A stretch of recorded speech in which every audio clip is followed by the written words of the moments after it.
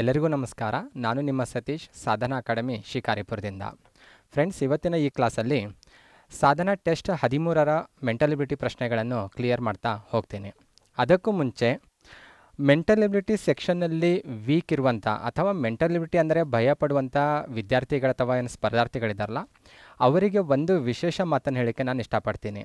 Specially arts background ವಿದ್ಯಾರ್ಥಿಗಳು ಮತ್ತು rural area ವಿದ್ಯಾರ್ಥಿಗಳು, ಮ್ಯಾಥ್ಸಲ್ಲಿ ಎಕ್ಸ್ಪರ್ಟ್ ಇರುವಂತಹ ವಿದ್ಯಾರ್ಥಿಗಳು ಅಥವಾ ಸ್ಪರ್ಧಾರ್ಥಿಗಳು ಮಾತ್ರ ಕಾಂಪಿಟೇಟಿವ್ ಎಕ್ಸಾಮಲ್ಲಿ ಮೆಂಟಲ್ ಎಬಿಲಿಟಿ ಪ್ರಾಬ್ಲಮ್ಸನ್ನು ಸಾಲ್ವ್ ಮಾಡಲಿಕ್ಕೆ ಸಾಧ್ಯ. ನಮ್ಮಿಂದ ಸಾಧ್ಯ ಇಲ್ಲ ಅನ್ನುವಂಥ ಒಂದು ಬಲವಾದ ನಂಬಿಕೆಗೆ ಬದ್ಧರಾಗಿದ್ದಾರೆ. ಆದರೆ ಅಂಥ ವಿದ್ಯಾರ್ಥಿಗಳಿಗೆ ನಾನು ಒಂದು ವಿಶೇಷ ಮಾತನ್ನು ಹೇಳಲಿಕ್ಕೆ ಏನು ಇಷ್ಟಪಡ್ತೀನಿ ಅಂದರೆ, ಕಾಮನ್ ಆಗಿ ಮೆಂಟಲ್ ಎಬಿಲಿಟಿ ಸೆಕ್ಷನ್ನಲ್ಲಿ 2 ಸೆಕ್ಷನಲ್ಲಿ ಕ್ವಶನ್ ಫ್ರೇಮ್ ಆಗ್ತಾ ಇರ್ತವೆ ಎಕ್ಸಾಮಲ್ಲಿ. ಕಾಮನ್ ಆಗಿ ಬಹುತೇಕ ಎಲ್ಲ ಎಕ್ಸಾಮಲ್ಲೂ ಕೂಡ 2 ಸೆಕ್ಷನಲ್ಲಿ ಮೆಂಟಲ್ ಎಬಿಲಿಟಿ ಕ್ವಶನ್ ಫ್ರೇಮ್ ಆಗ್ತಾ ಇರ್ತವೆ. ಓಕೆ, ಫಸ್ಟ್ ಒಂದು ರೀಸನಿಂಗ್ ಬಂದರೆ ಇದರಲ್ಲಿ 3 ಹಂತದ ಪ್ರಶ್ನೆಗಳನ್ನು ಫ್ರೇಮ್ ಮಾಡ್ತಾರೆ. ಸಾಮಾನ್ಯವಾಗಿ ಈಸಿ ಲೆವೆಲ್ ಪ್ರಶ್ನೆಗಳಿರ್ತವೆ, ಮತ್ತು ಎವರೇಜ್ ಅಂದರೆ ಮೀಡಿಯಮ್ ಹಂತದ್ದು, ಅದರ ಜೊತೆಗೆ ಇನ್ನೊಂದು ಡಿಫಿಕಲ್ಟಿ ಲೆವೆಲ್ ಕ್ವಶನ್ಗಳಿರ್ತವೆ. ಸಾಮಾನ್ಯವಾಗಿ 3 ಹಂತದ ಪ್ರಶ್ನೆಗಳನ್ನು ಅವರು ಫ್ರೇಮ್ ಮಾಡಿರ್ತಾರೆ. ಇಲ್ಲಿ ನಾನು ನಿಮಗೆ ಹೇಳೋಕೆ ಹೊರಟಿರೋದೇನೆಂದರೆ, ರೀಸನಿಂಗಲ್ಲಿ ಯಾವುದೇ ಲೆವೆಲ್ ಪ್ರಶ್ನೆಗಳನ್ನು ಫ್ರೇಮ್ ಮಾಡಿದ್ರೂ ಕೂಡ ಈ ಪ್ರಶ್ನೆಗಳನ್ನು ಸೊಲ್ಯೂಷನ್ ಮಾಡಲಿಕ್ಕೆ ನಮಗೆ 5ನೇ ಕ್ಲಾಸ್ ವಿದ್ಯಾರ್ಥಿಗೆ ಬರುವಷ್ಟು ಮ್ಯಾಥ್ಸ್ ಬಂದರೆ ಸಾಕು. ಎಕ್ಸ್ಟ್ರಾರ್ಡ್ನರಿ ಅಂತೇನಿಲ್ಲ, ಕಾಮನ್ ಆಗಿ ಒಂದು ಲೋಯರ್ ಪ್ರೈಮರಿ ಹುಡುಗನಿಗೆ ಎಷ್ಟು ಮ್ಯಾಥ್ಸ್ ಬೇಕಲ್ಲ ಅಷ್ಟು ನಾಲೆಜ್ ಇದ್ದರೆ ಸಾಕು. ಸಾಮಾನ್ಯವಾಗಿ ಎಲ್ಲ ಸ್ಪರ್ಧಾರ್ಥಿಗಳಿಗೂ ಇಷ್ಟು ನಾಲೆಜ್ ಅಂತೂ ಇದ್ದೇ ಇರುತ್ತೆ. ಹಾಗಾಗಿ ಆರ್ಟ್ಸ್ ಬ್ಯಾಕ್ಗ್ರೌಂಡ್ ವಿದ್ಯಾರ್ಥಿಗಳು ರೀಸನಿಂಗ್ ಕ್ವಶನನ್ನು ಈಸಿಯಾಗಿ ಕ್ಯಾಚ್ ಮಾಡ್ಬೋದು. ಇನ್ನು ನೆಕ್ಸ್ಟ್ ಒನ್ ಅಪ್ ಟು ಡಿಗೆ ಬರೋಣ. ಇಲ್ಲಿ ಕೂಡ ಸೇಮ್, ಇಲ್ಲಿ ಕೂಡ 3 ಹಂತದಲ್ಲಿ ಪ್ರಶ್ನೆಗಳು ಫ್ರೇಮ್ ಮಾಡ್ತಾರೆ. ಈಸಿ ಲೆವೆಲ್ ಇರುತ್ತೆ, ಅದ್ರ ಜೊತೆಗೆ ಎವರೇಜ್ ಇರುತ್ತೆ, ಅದ್ರ ಜೊತೆಗೆ ಡಿಫಿಕಲ್ಟಿ ಲೆವೆಲ್ ಇರುತ್ತೆ. ಇಲ್ಲಿ ಈಸಿ ಲೆವೆಲ್ ಪ್ರಶ್ನೆಗಳನ್ನು ನಾನು ಸೊಲ್ಯೂಷನ್ ಮಾಡಬೇಕಾದ್ರೆ ನಿಮಗೆ 7th ಕ್ಲಾಸ್ವರೆಗೂ ಮ್ಯಾಥ್ಸ್ ನಾಲೆಜ್ ಇದ್ದರೆ ಸಾಕು. 7th ಕ್ಲಾಸ್ ವಿದ್ಯಾರ್ಥಿಗೆ ಎಷ್ಟು ಮ್ಯಾಥ್ಸ್ ನಾಲೆಜ್ ಬೇಕೋ ಅಷ್ಟಿದ್ದರೆ ಸಾಕು, ಎಕ್ಸ್ಪರ್ಟ್ ಏನು ಬೇಕಾಗಿಲ್ಲ.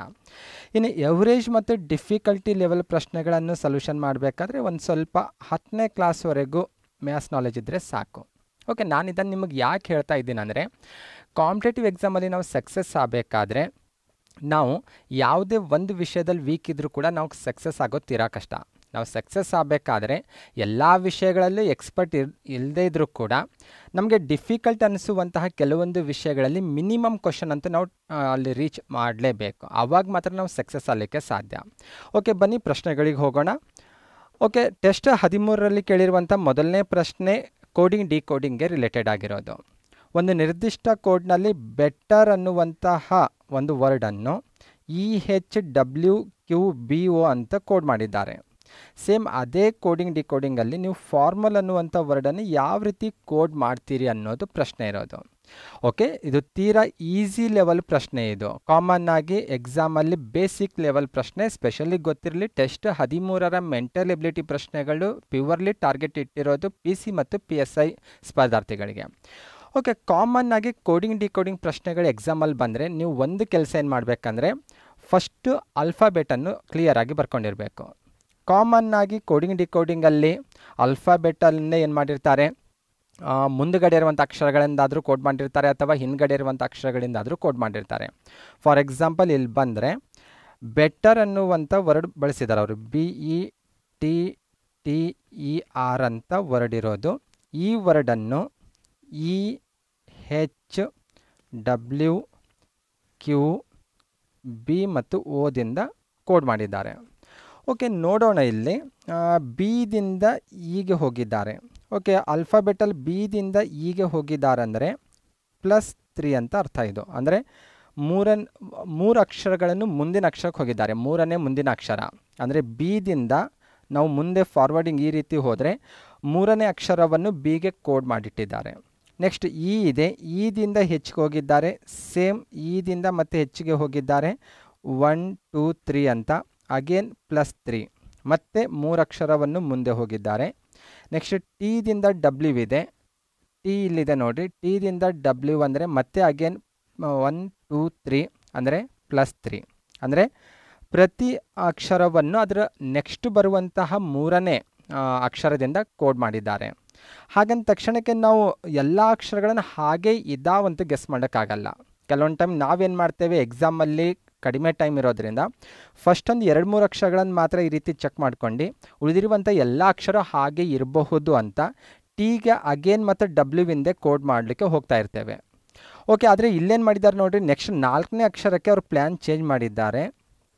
ಟಿದಿಂದ ಕ್ಯೂಗೆ ಬಂದಿದ್ದಾರೆ, ಅಂದರೆ ರಿವರ್ಸ್ ಬಂದಿದ್ದಾರೆ ನೋಡಿರಿ. ಟಿದಿಂದ ಕ್ಯೂಗೆ 1 2 3 ಅಂದರೆ -3 ಅಂದರೆ ಆ ಅಕ್ಷರದಿಂದ ಹಿಂದುಗಡೆ 3ನೇ ಅಕ್ಷರಕ್ಕೆ ಬಂದಿದ್ದಾರೆ.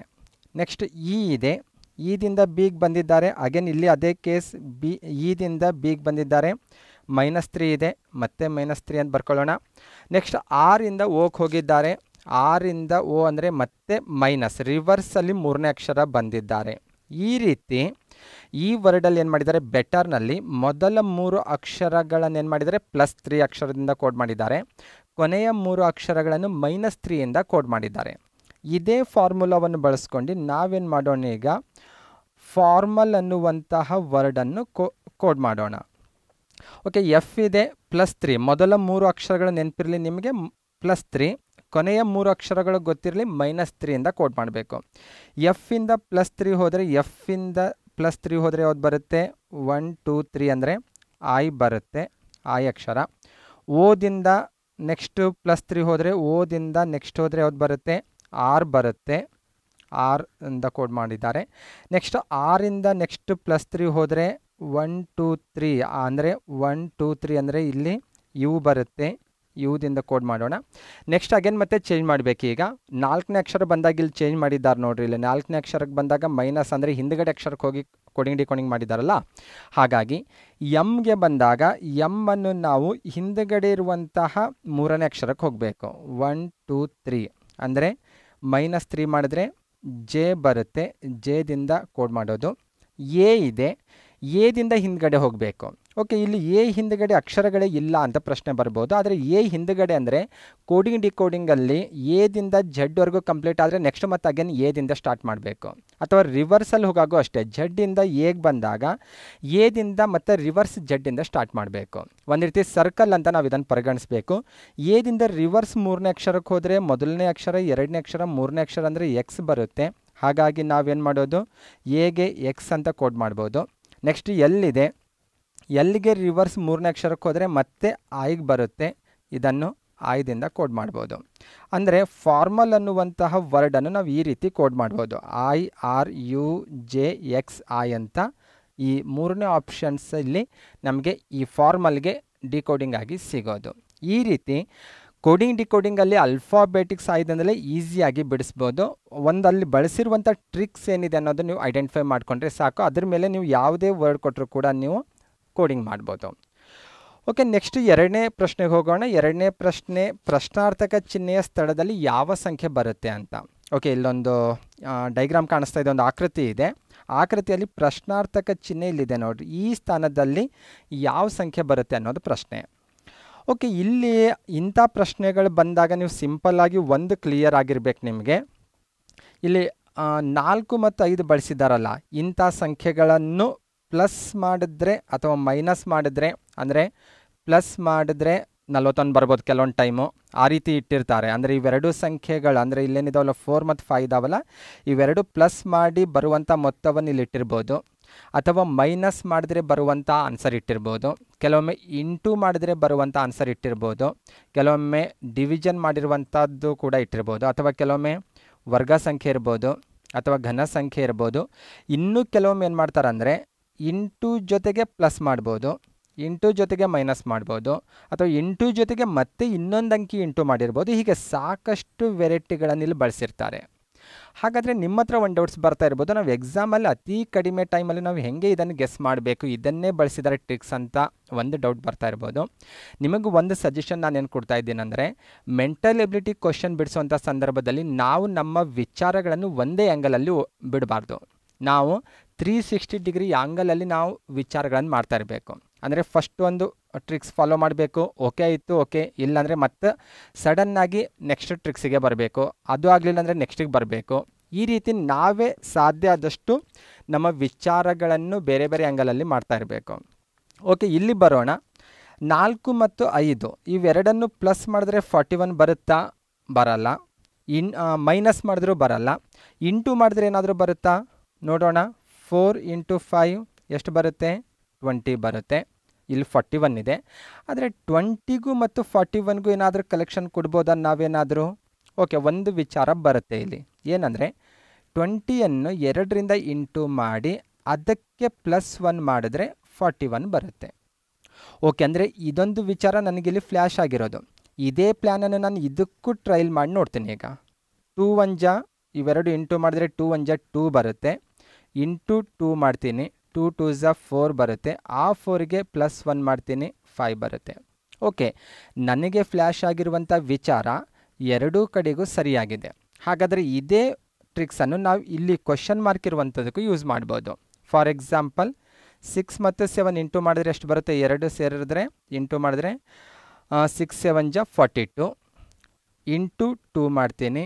42 ಇಂಟು 2 ಮಾಡಿದ್ರೆ 84 ಬರುತ್ತೆ. ಅದಕ್ಕೆ +1 ಮಾಡಿದ್ರೆ 85 ಬರುತ್ತೆ. ಹಾಗಾದರೆ ಕ್ವಶನ್ ಮಾರ್ಕ್ ಇರುವಂಥ ಪ್ಲೇಸಲ್ಲಿ ಬರಬೇಕಾಗಿರುವಂಥ ಆನ್ಸರು 85. ಈ ರೀತಿ ನಾವೇ ಗೆಸ್ ಮಾಡ್ತಾ ಹೋಗಬೇಕು. ಮೆಂಟಲ್ ಎಬಿಲಿಟಿಯಲ್ಲಿ ಹೀಗೆ ಇರುತ್ತೆ ಅಂತ ಹೇಳೋಕ್ಕಾಗಲ್ಲ. ನಾವು ಕಾಮನ್ ಜಿ ಕೆ ಕ್ವಶನ್ ಪೇಪರಲ್ಲಿ ಏನು ಮಾಡ್ತೇವೆ, ಅಲ್ಲಿ ಏನು ಓದಿರ್ತೇವೆ ಅದೇ ಇರುತ್ತೆ ಆನ್ಸರು. ಆದರೆ ಇಲ್ಲಿ ಹಾಗಿರಲ್ಲ. ಇಲ್ಲಿ ನಾವೇ ನಮ್ಮ ವಿಚಾರಗಳನ್ನು ಚೇಂಜ್ ಮಾಡ್ತಾ ಹೋಗಬೇಕು. ಓಕೆ, ಇದೇ ಪ್ರಾಬ್ಲಮನ್ನು ಇನ್ನೊಂದು ರೀತಿಯೂ ಬಿಡಿಸ್ಬೋದು. ಯಾವ ರೀತಿ ಅಂದರೆ, ಯಾರು ವರ್ಗ ಸಂಖ್ಯೆಯಲ್ಲಿ ಪರ್ಫೆಕ್ಟ್ ಆಗಿರ್ತಿರಲ್ಲ ಅವರಿಗೆ ಈ ಆ್ಯಂಗಲ್ ನೋಡಿದ ತಕ್ಷಣ ಗೆಸ್ ಮಾಡಿಬಿಡ್ತೀರಿ ನೀವು, ಇದನ್ನು ವರ್ಗ ಸಂಖ್ಯೆ ಬಳಸ್ಕೊಂಡು ಮಾಡಿದಾರಂತ. ಹೇಗೆ ಅಂದರೆ 2ರ ವರ್ಗ 2, 2ರ ವರ್ಗ 4, 1ರ ವರ್ಗ 1, 2 ಪ್ಲಸ್ ಮಾಡಿದ್ದಾರೆ. ಪ್ಲಸ್ ಮಾಡಿದ್ರೆ ಎಷ್ಟು ಬರುತ್ತೆ? 5 ಬರುತ್ತೆ. ಓಕೆ, ಇದೆ. ಇದನ್ನೇ ನಾನು ಇಲ್ಲಿ ಅನ್ವಯಿಸ್ತೀನಿ ನೋಡಿ. 5ರ ವರ್ಗ 25, 4ರ ವರ್ಗ 16, 2 ಪ್ಲಸ್ ಮಾಡಿದ್ರೆ ಎಷ್ಟು ಬರುತ್ತೆ? 41 ಬರುತ್ತೆ. ಓಕೆ, ಇದನ್ನು ಸರಿಯಾಗೇ ಇದೆ. ಪ್ರೀವಿಯಸ್ ಸ್ಲೈಡಲ್ಲಿ ನಾನೇನು ತೋರಿಸೋದಲ್ಲ ನಿಮಗೆ, ಆ ರೀತಿ ಆದರೂ ಬಿಡಿಸ್ಬೋದು ಅಥವಾ ಇದನ್ನಾದರೂ ಫಾಲೋ ಮಾಡ್ಬೋದು. ಯಾರು ವರ್ಗ ಸಂಖ್ಯೆಯಲ್ಲಿ ಪರ್ಫೆಕ್ಟ್ ಆಗಿದ್ರಲ್ಲ ನೋಡಿದ ತಕ್ಷಣಕ್ಕೆ ನಿಮಗೆ ಫ್ಲ್ಯಾಶ್ ಆಗಿಬಿಡುತ್ತೆ ಇದು ವರ್ಗ ಸಂಖ್ಯೆ ಬಳಸ್ಕೊಂಡು ಮಾಡಿದಾರಂತ. ಓಕೆ, ಹಾಗೆ ಇದನ್ನು ನೋಡ್ಕೊಳ್ಳೋಣ. 7ರ ವರ್ಗ 49, 6ರ ವರ್ಗ 36, 2 ಪ್ಲಸ್ ಮಾಡಿದ್ರೆ ಎಷ್ಟು ಬರುತ್ತೆ? 85 ಬರುತ್ತೆ. ಈ ರೀತಿ ಆದರೂ ಬಿಡಿಸ್ಬೋದು. ಒಟ್ಟಿನಲ್ಲಿ ನೀವು ಇಂಥ ಲೆಕ್ಕ ಬಿಡಿಸ್ಬೇಕಾದ್ರೆ ವರ್ಗ ಸಂಖ್ಯೆ ಘನ ಸಂಖ್ಯೆಗಳಲ್ಲಿ ಒಂದು ಸ್ವಲ್ಪ ಪರ್ಫೆಕ್ಟ್ ಇದ್ದಷ್ಟು ನೀವು ಈಸಿಯಾಗಿ ಕಡಿಮೆ ಟೈಮಲ್ಲಿ ಇಂಥ ಪ್ರಾಬ್ಲಮ್ಸನ್ನು ಸೊಲ್ಯೂಷನ್ ಮಾಡ್ಬೋದು. ಓಕೆ, ನೆಕ್ಸ್ಟು 3ನೇ ಪ್ರಶ್ನೆಗೆ ಹೋಗೋಣ. ಏನಿದೆ 3ನೇ ಪ್ರಶ್ನೆ? ರೀಸನಿಂಗಿಗೆ ರಿಲೇಟೆಡ್ ಆಗಿರೋದು. ಯಾವುದೇ ಮ್ಯಾಥ್ಸ್ ನಾಲೆಜ್ ಏನು ಬೇಕಾಗಿಲ್ಲ ಇದು ಬಿಡಿಸ್ಬೇಕಾದ್ರೆ. ಶೈಲೇಂದ್ರನು ಕೇಶವನಿಗಿಂತ ಚಿಕ್ಕವನು, ಆದರೆ ರಾಕೇಶ್ಗಿಂತ ಎತ್ತರವಾಗಿದ್ದಾನೆ. ಮಾಧವ ಎಲ್ಲರಿಗಿಂತ ಅತಿ ಎತ್ತರದವನು. ಆಶೀಶ್ ಕೇಶವ್ಗಿಂತ ಸ್ವಲ್ಪ ಕುಳ್ಳನಾಗಿದ್ದಾನೆ ಮತ್ತು ಶೈಲೇಂದ್ರನಿಗಿಂತ ಸ್ವಲ್ಪ ಎತ್ತರವಾಗಿರುವನು. ಒಂದು ವೇಳೆ ಅವರು ಅತಿ ಎತ್ತರವನ್ನು ಆಧರಿಸಿ ಎತ್ತರವನ್ನು ಆಧರಿಸಿ ಏರಿಕೆ ಕ್ರಮದಲ್ಲಿ ನಿಂತರೆ ಎರಡನೆಯವರು ಯಾರು ಅನ್ನೋದು ಪ್ರಶ್ನೆ ಇಲ್ಲಿ. ಓಕೆ, ಸಿಂಪಲ್ಲಾಗಿ ಇರುವಂಥ ಪ್ರಶ್ನೆ. ಏನಂದರೆ ಇಲ್ಲಿ ಒಂದೊಂದು ವಾಕ್ಯಕ್ಕೂ ಇಲ್ಲಿ 3 ವಾಕ್ಯಗಳಿದ್ದಾವೆ ನೋಡಿರಿ. ಇದು ಮೊದಲನೇ ವಾಕ್ಯ ರೆಡ್ ಕಲರಲ್ಲಿ ಏನಿದೆ ಅಲ್ವಾ ಅದು ಫಸ್ಟ್ ವ್ಯಾಖ್ಯಾನ. ಅದು ನೆಕ್ಸ್ಟು ಇದು ಸೆಕೆಂಡ್ ವ್ಯಾಖ್ಯಾನ. ನೆಕ್ಸ್ಟ್ ಗ್ರೀನಲ್ಲಿರೋದು 3ನೇ ವ್ಯಾಖ್ಯಾನ. ಇವು 3ನ್ನು ಕ್ಲಿಯರ್ ಮಾಡಿಕೊಂಡ್ರೆ ಈಸಿಯಾಗಿ ಕ್ವಶನ್ಗೆ ಸೊಲ್ಯೂಷನ್ ಮಾಡ್ಬೋದು. ಮೊದಲನೇ ಸೆಂಟೆನ್ಸ್ನಲ್ಲಿ ಏನು ಹೇಳ್ತಾ ಇದ್ದಾರೆ? ಶೈಲೇಂದ್ರನು ಕೇಶವನಿಗಿಂತ ಚಿಕ್ಕವನು, ಆದರೆ ರಾಕೇಶ್ಗಿಂತ ಎತ್ತರವಾಗಿದ್ದಾನೆ. ಓಕೆ, ಇದನ್ನು ಬರ್ಕೊಳ್ಳೋಣ. ಯಾವ ರೀತಿ ಬರ್ಕೊಳ್ಳೋಣ? 3 ಇದ್ದಾರೆ ಇಲ್ಲಿ. ಶೈಲೇಂದ್ರ ಇದ್ದಾನೆ, ನೆಕ್ಸ್ಟ್ ಕೇಶವ್ ಇದ್ದಾನೆ, ಬಿಟ್ಟರೆ ರಾಕೇಶ್ ಇದ್ದಾನೆ. 3 ಇದ್ದಾರಲ್ಲ. ನೆಕ್ಸ್ಟ್ ಶೈಲೇಂದ್ರ ಅಂತ ಬರ್ಕೊಳ್ಳೋಣ. ಶೈಲೇಂದ್ರ ಕೇಶವನಿಗಿಂತ ಚಿಕ್ಕವನು ಅಂದರೆ ಕೇಶವನೇ ದೊಡ್ಡವನು ಅಂತ ಅರ್ಥ ಇಲ್ಲಿ. ಅಂದರೆ ಕೇಶವನನ್ನು ನಾವು ಈ ಕಡೆ ಬರ್ಕೋಬೋದು, ಕೇಶವ ಅಂತ. ಶೈಲೇಂದ್ರನು ಕೇಶವನಿಗಿಂತ ಚಿಕ್ಕವನು ಅಂದರೆ ಈ ರೀತಿ ಸಿಂಬಲ್ ಹಾಕೊಳ್ಳೋಣ. ಈಸಿಯಾಗಿ ನಾವು ಐಡೆಂಟಿಫೈ ಮಾಡ್ಬೋದು. ಅಂದರೆ ಇದು ಏನು ತೋರಿಸುತ್ತೆ ಅಂದರೆ ಕೇಶವ ಶೈಲೇಂದ್ರನಿಗಿಂತ ದೊಡ್ಡವನಂತಾದರೂ ಹೇಳ್ಬೋದು ಅಥವಾ ಶೈಲೇಂದ್ರ ಕೇಶವನಿಗಿಂತ ಚಿಕ್ಕವನಂತಾದರೂ ಹೇಳ್ಬೋದು. ನೆಕ್ಸ್ಟು ಶೈಲೇಂದ್ರನು ಕೇಶವನಿಗಿಂತ ಚಿಕ್ಕವನು, ಆದರೆ ರಾಕೇಶನಿಗಿಂತ ಎತ್ತರ. ಆದರೆ ಈತ ರಾಕೇಶನಿಗಿಂತ ಎತ್ತರವಾಗಿದ್ದಾನೆ. ಈಗ ರೆಡ್ ಕಲರಲ್ಲೇನು ವ್ಯಾಖ್ಯಾನ ಇದೆ ಅಲ್ವಾ, ಇದಿಷ್ಟು ವ್ಯಾಖ್ಯಾನವನ್ನು ನಾವು ಇಷ್ಟು ಶಾರ್ಟಾಗಿ ಬರಿಬೋದು. ಓಕೆ, ನೆಕ್ಸ್ಟ್ 2ನೇ ವ್ಯಾಖ್ಯಾನ ಏನಿದೆ? ಮಾಧವ ಎಲ್ಲರಿಗಿಂತ ಅತಿ ಎತ್ತರದವನು. Okay, common. ಇದನ್ನೇನು ಕೋಡ್ ಮಾಡಬೇಕಾಗಿಲ್ಲ, ಕಾಮನ್ ಆಗೇ ಬರ್ಕೊಳ್ಳೋಣ. ಮಾಧವನು ಅತಿ ಎತ್ತರದ ವ್ಯಕ್ತಿ ಅಂತ ಏನಾದರೂ ಬರಿಬೋದು. ಎತ್ತರದ ವ್ಯಕ್ತಿ ಅಂತ ಬರಿಬೋದು. ಇವರಿಷ್ಟು ಜನರಲ್ಲಿ ಮಾಧವನೇ ಎಲ್ಲಕ್ಕಿಂತ ಎತ್ತರವಾಗಿರೋನು. ನೆಕ್ಸ್ಟ್ ಗ್ರೀನ್ ಕಲರ್ಗೆ ಹೋಗೋಣ. ಇಲ್ಲೊಂದು ವ್ಯಾಖ್ಯಾನ ಸಿಗ್ತಾ ಇದೆ ನೋಡ್ರಿ. ಏನಿದೆ ಗ್ರೀನ್ ಕಲರಲ್ಲಿ ಹೋದರೆ, ಆಶೀಶ್ ಕೇಶವನಿಗಿಂತ ಸ್ವಲ್ಪ ಕುಳ್ಳನಾಗಿದ್ದಾನೆ ಮತ್ತು ಶೈಲೇಂದ್ರನಿಗಿಂತ ಸ್ವಲ್ಪ ಎತ್ತರವಾಗಿರುವನು. ಆಶೀಶ್ ಅನ್ನೋನು ಕೇಶವನಿಗಿಂತ ಕುಳ್ಳನಾಗಿದ್ದಾನೆ, ಶೈಲೇಂದ್ರನಿಗಿಂತ ಸ್ವಲ್ಪ ಎತ್ತರವಾಗಿದ್ದಾನೆ. ಓಕೆ, ಅಂದರೆ ಆಶೀಶು ಕೇಶವನಿಗೆ ಕಂಪೇರ್ ಮಾಡಿದ್ರೆ ಸ್ವಲ್ಪ ಕುಳ್ಳನಾಗಿದ್ದಾನೆ, ಮಾಧವನಿಗೆ ಶೈಲೇಂದ್ರನಿಗೆ ಕಂಪೇರ್ ಮಾಡಿದ್ರೆ ಸ್ವಲ್ಪ ಎತ್ತರವಾಗಿದ್ದಾನಂತ ಹೇಳ್ತಾ ಇದ್ದಾರೆ ಅವರು. ಓಕೆ, ಅಂದರೆ 3 ವ್ಯಾಖ್ಯಾನಗಳಿಗೂ 3 ನಾವು ಈ ರೀತಿ ಶಾರ್ಟಾಗಿ ಬರ್ಕೊಂಡ್ರೆ ಈಸಿಯಾಗಿ ಬಿಡಿಸ್ಬೋದು. ಓಕೆ, ಈಗ ಅವರಿಗೆ ಸೆಟ್ ಮಾಡೋಣ, ಅವ್ರ ಹೈಟ್ ಪ್ರಕಾರ ಸೆಟ್ ಮಾಡೋಣ ಹೆಂಗಿದೆ ಅಂತ. ಫಸ್ಟು ಕ್ಲಿಯರ್ ಆಗಿದೆ, ಮಾಧವ ಅತಿ ಎತ್ತರದ ವ್ಯಕ್ತಿ ಅಂತ ಕ್ಲಿಯರ್ ಆಗಿದೆ. ಹಾಗಾಗಿ ಮಾಧವನನ್ನು ನಾನು ಮೊದಲು ಬರ್ಕೊಳ್ತೀನಿ. ನೆಕ್ಸ್ಟ್ ಹೋಗೋಣ. ಇದೊಂದು ಕೋಡಿಂಗು ಮತ್ತು ಇಲ್ಲೇನು ನಾವು ಬರ್ಕೊಂಡಿದ್ದೇವಲ್ಲ, ಇವೆರಡು ವ್ಯಾಖ್ಯಾನ ಹೋಲಿಕೆ ಮಾಡಿರಿ. ಕೇಶವ ಎಲ್ಲಕ್ಕಿಂತ ಇವರಿಷ್ಟರಲ್ಲಿ ಈ 2 ವ್ಯಾಖ್ಯಾನಗಳು ಹೋಲಿಕೆ ಮಾಡಿದ್ರೆ ಕೇಶವ ದೊಡ್ಡವನಂತ ಕ್ಲಿಯರ್ ಆಗ್ತಾ ಇದೆ. ಹಾಗಾದರೆ ಮಾಧವನಿಗಿಂತ ಒಂದು ಸ್ವಲ್ಪ ಚಿಕ್ಕವನಂದರೆ ಯಾರು? ಕೇಶವ ಆಗಿರ್ತಾನೆ. ನೆಕ್ಸ್ಟ್ ಕೇಶವ ಆದಮೇಲೆ ನೆಕ್ಸ್ಟ್ ಯಾರು ಬರಬೇಕೀಗ? ಇಲ್ಲಿ ನೋಡಿದ್ರೆ ಶೈಲೇಂದ್ರ ಇದೆ, ಇಲ್ಲಿ ನೋಡಿದ್ರೆ ಆಶೀಶ್ ಅಂತಿದೆ. ಓಕೆ, 2 ವ್ಯಾಖ್ಯಾನ ನೋಡಿದಾಗ ನಮಗೆ ಇಲ್ಲೇನಾಗುತ್ತೆ ಅಂದರೆ, ಇಲ್ಲೊಂದು ಸ್ವಲ್ಪ ಕ್ಲಿಯರ್ ಇದೆ ನೋಡ್ರಿ. ಆಶೀಶ್ ಹಂಗಿದ್ದಾನಂದರೆ ಶೈಲೇಂದ್ರನಿಗಿಂತ ಸ್ವಲ್ಪ ಎತ್ತರವಾಗಿದ್ದಾನೆ. ಹಾಗಾಗಿ ಕೇಶವನಿಗಿಂತ ಸ್ವಲ್ಪ ಚಿಕ್ಕವನಂದರೆ ಆಶೀಶ್ ಆಗಿರ್ತಾನೆ. ಆಶೀಶನಿಗಿಂತ ಚಿಕ್ಕವನು ಯಾರಿದ್ದಾನಂತ ಕೇಳಿದ್ರೆ ಶೈಲೇಂದ್ರ ಇದ್ದಾನೆ. ಶೈಲೇಂದ್ರನಿಗಿಂತ ಚಿಕ್ಕವನು ರಾಕೇಶ್ ಇದ್ದಾನೆ. ಈ ರೀತಿ ಅವ್ರ ಹೈಟ್ ಪ್ರಕಾರ ನಾವು ಜೋಡಿಸ್ಬೋದು.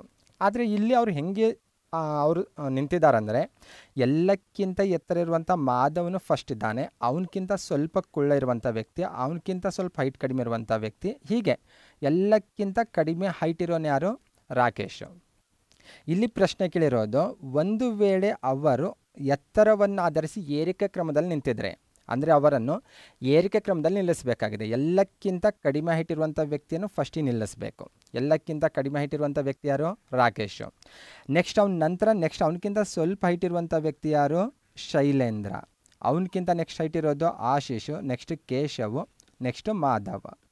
ಓಕೆ, ಈಗ 2ನೇ ವ್ಯಕ್ತಿ ಯಾರಂತ ಕೇಳ್ತಾ ಇದ್ದಾರೆ. ಆಲ್ರೆಡಿ ಇಲ್ಲಿ ಆನ್ಸರ್ ಕಾಣಿಸ್ತಾ ಇದೆ. ಅವರು ಎತ್ತರದ ಪ್ರಕಾರ ನಿಂತಿದ್ದಾರೆ ಇಲ್ಲಿ ಏರಿಕೆ ಕ್ರಮದಲ್ಲಿ. ಶೈಲೇಂದ್ರ 2ನೇ ವ್ಯಕ್ತಿ ಆಗಿರ್ತಾನೆ. ನೆಕ್ಸ್ಟ್ ಕ್ವಶನ್ನು ವೆನ್ ಡೈಗ್ರಾಮ್ಗೆ ರಿಲೇಟೆಡ್ ಆಗಿರೋದು. ಕೆಳಗಿನ ಆಕೃತಿಯನ್ನು ಗಮನಿಸಿ ಪ್ರಶ್ನೆಗೆ ಉತ್ತರಿಸಬೇಕು. ಇಲ್ಲೊಂದು ಇಮೇಜ್ ಕೊಟ್ಟಿದ್ದಾರೆ, ಆಕೃತಿ ಇದೆ, ವೆನ್ ಡೈಗ್ರಾಮ್ ಇದೆ. ಓಕೆ, ಈ ಕ್ವಶನ್ ಇರೋದು, ಯಾವ ಸಂಖ್ಯೆಯು ಸರ್ಕಾರಿ ಉದ್ಯೋಗದಲ್ಲಿರುವ ಶಿಕ್ಷಿತ ಮಹಿಳೆಯರನ್ನು ಪ್ರತಿನಿಧಿಸುತ್ತದೆ ಅಂತ.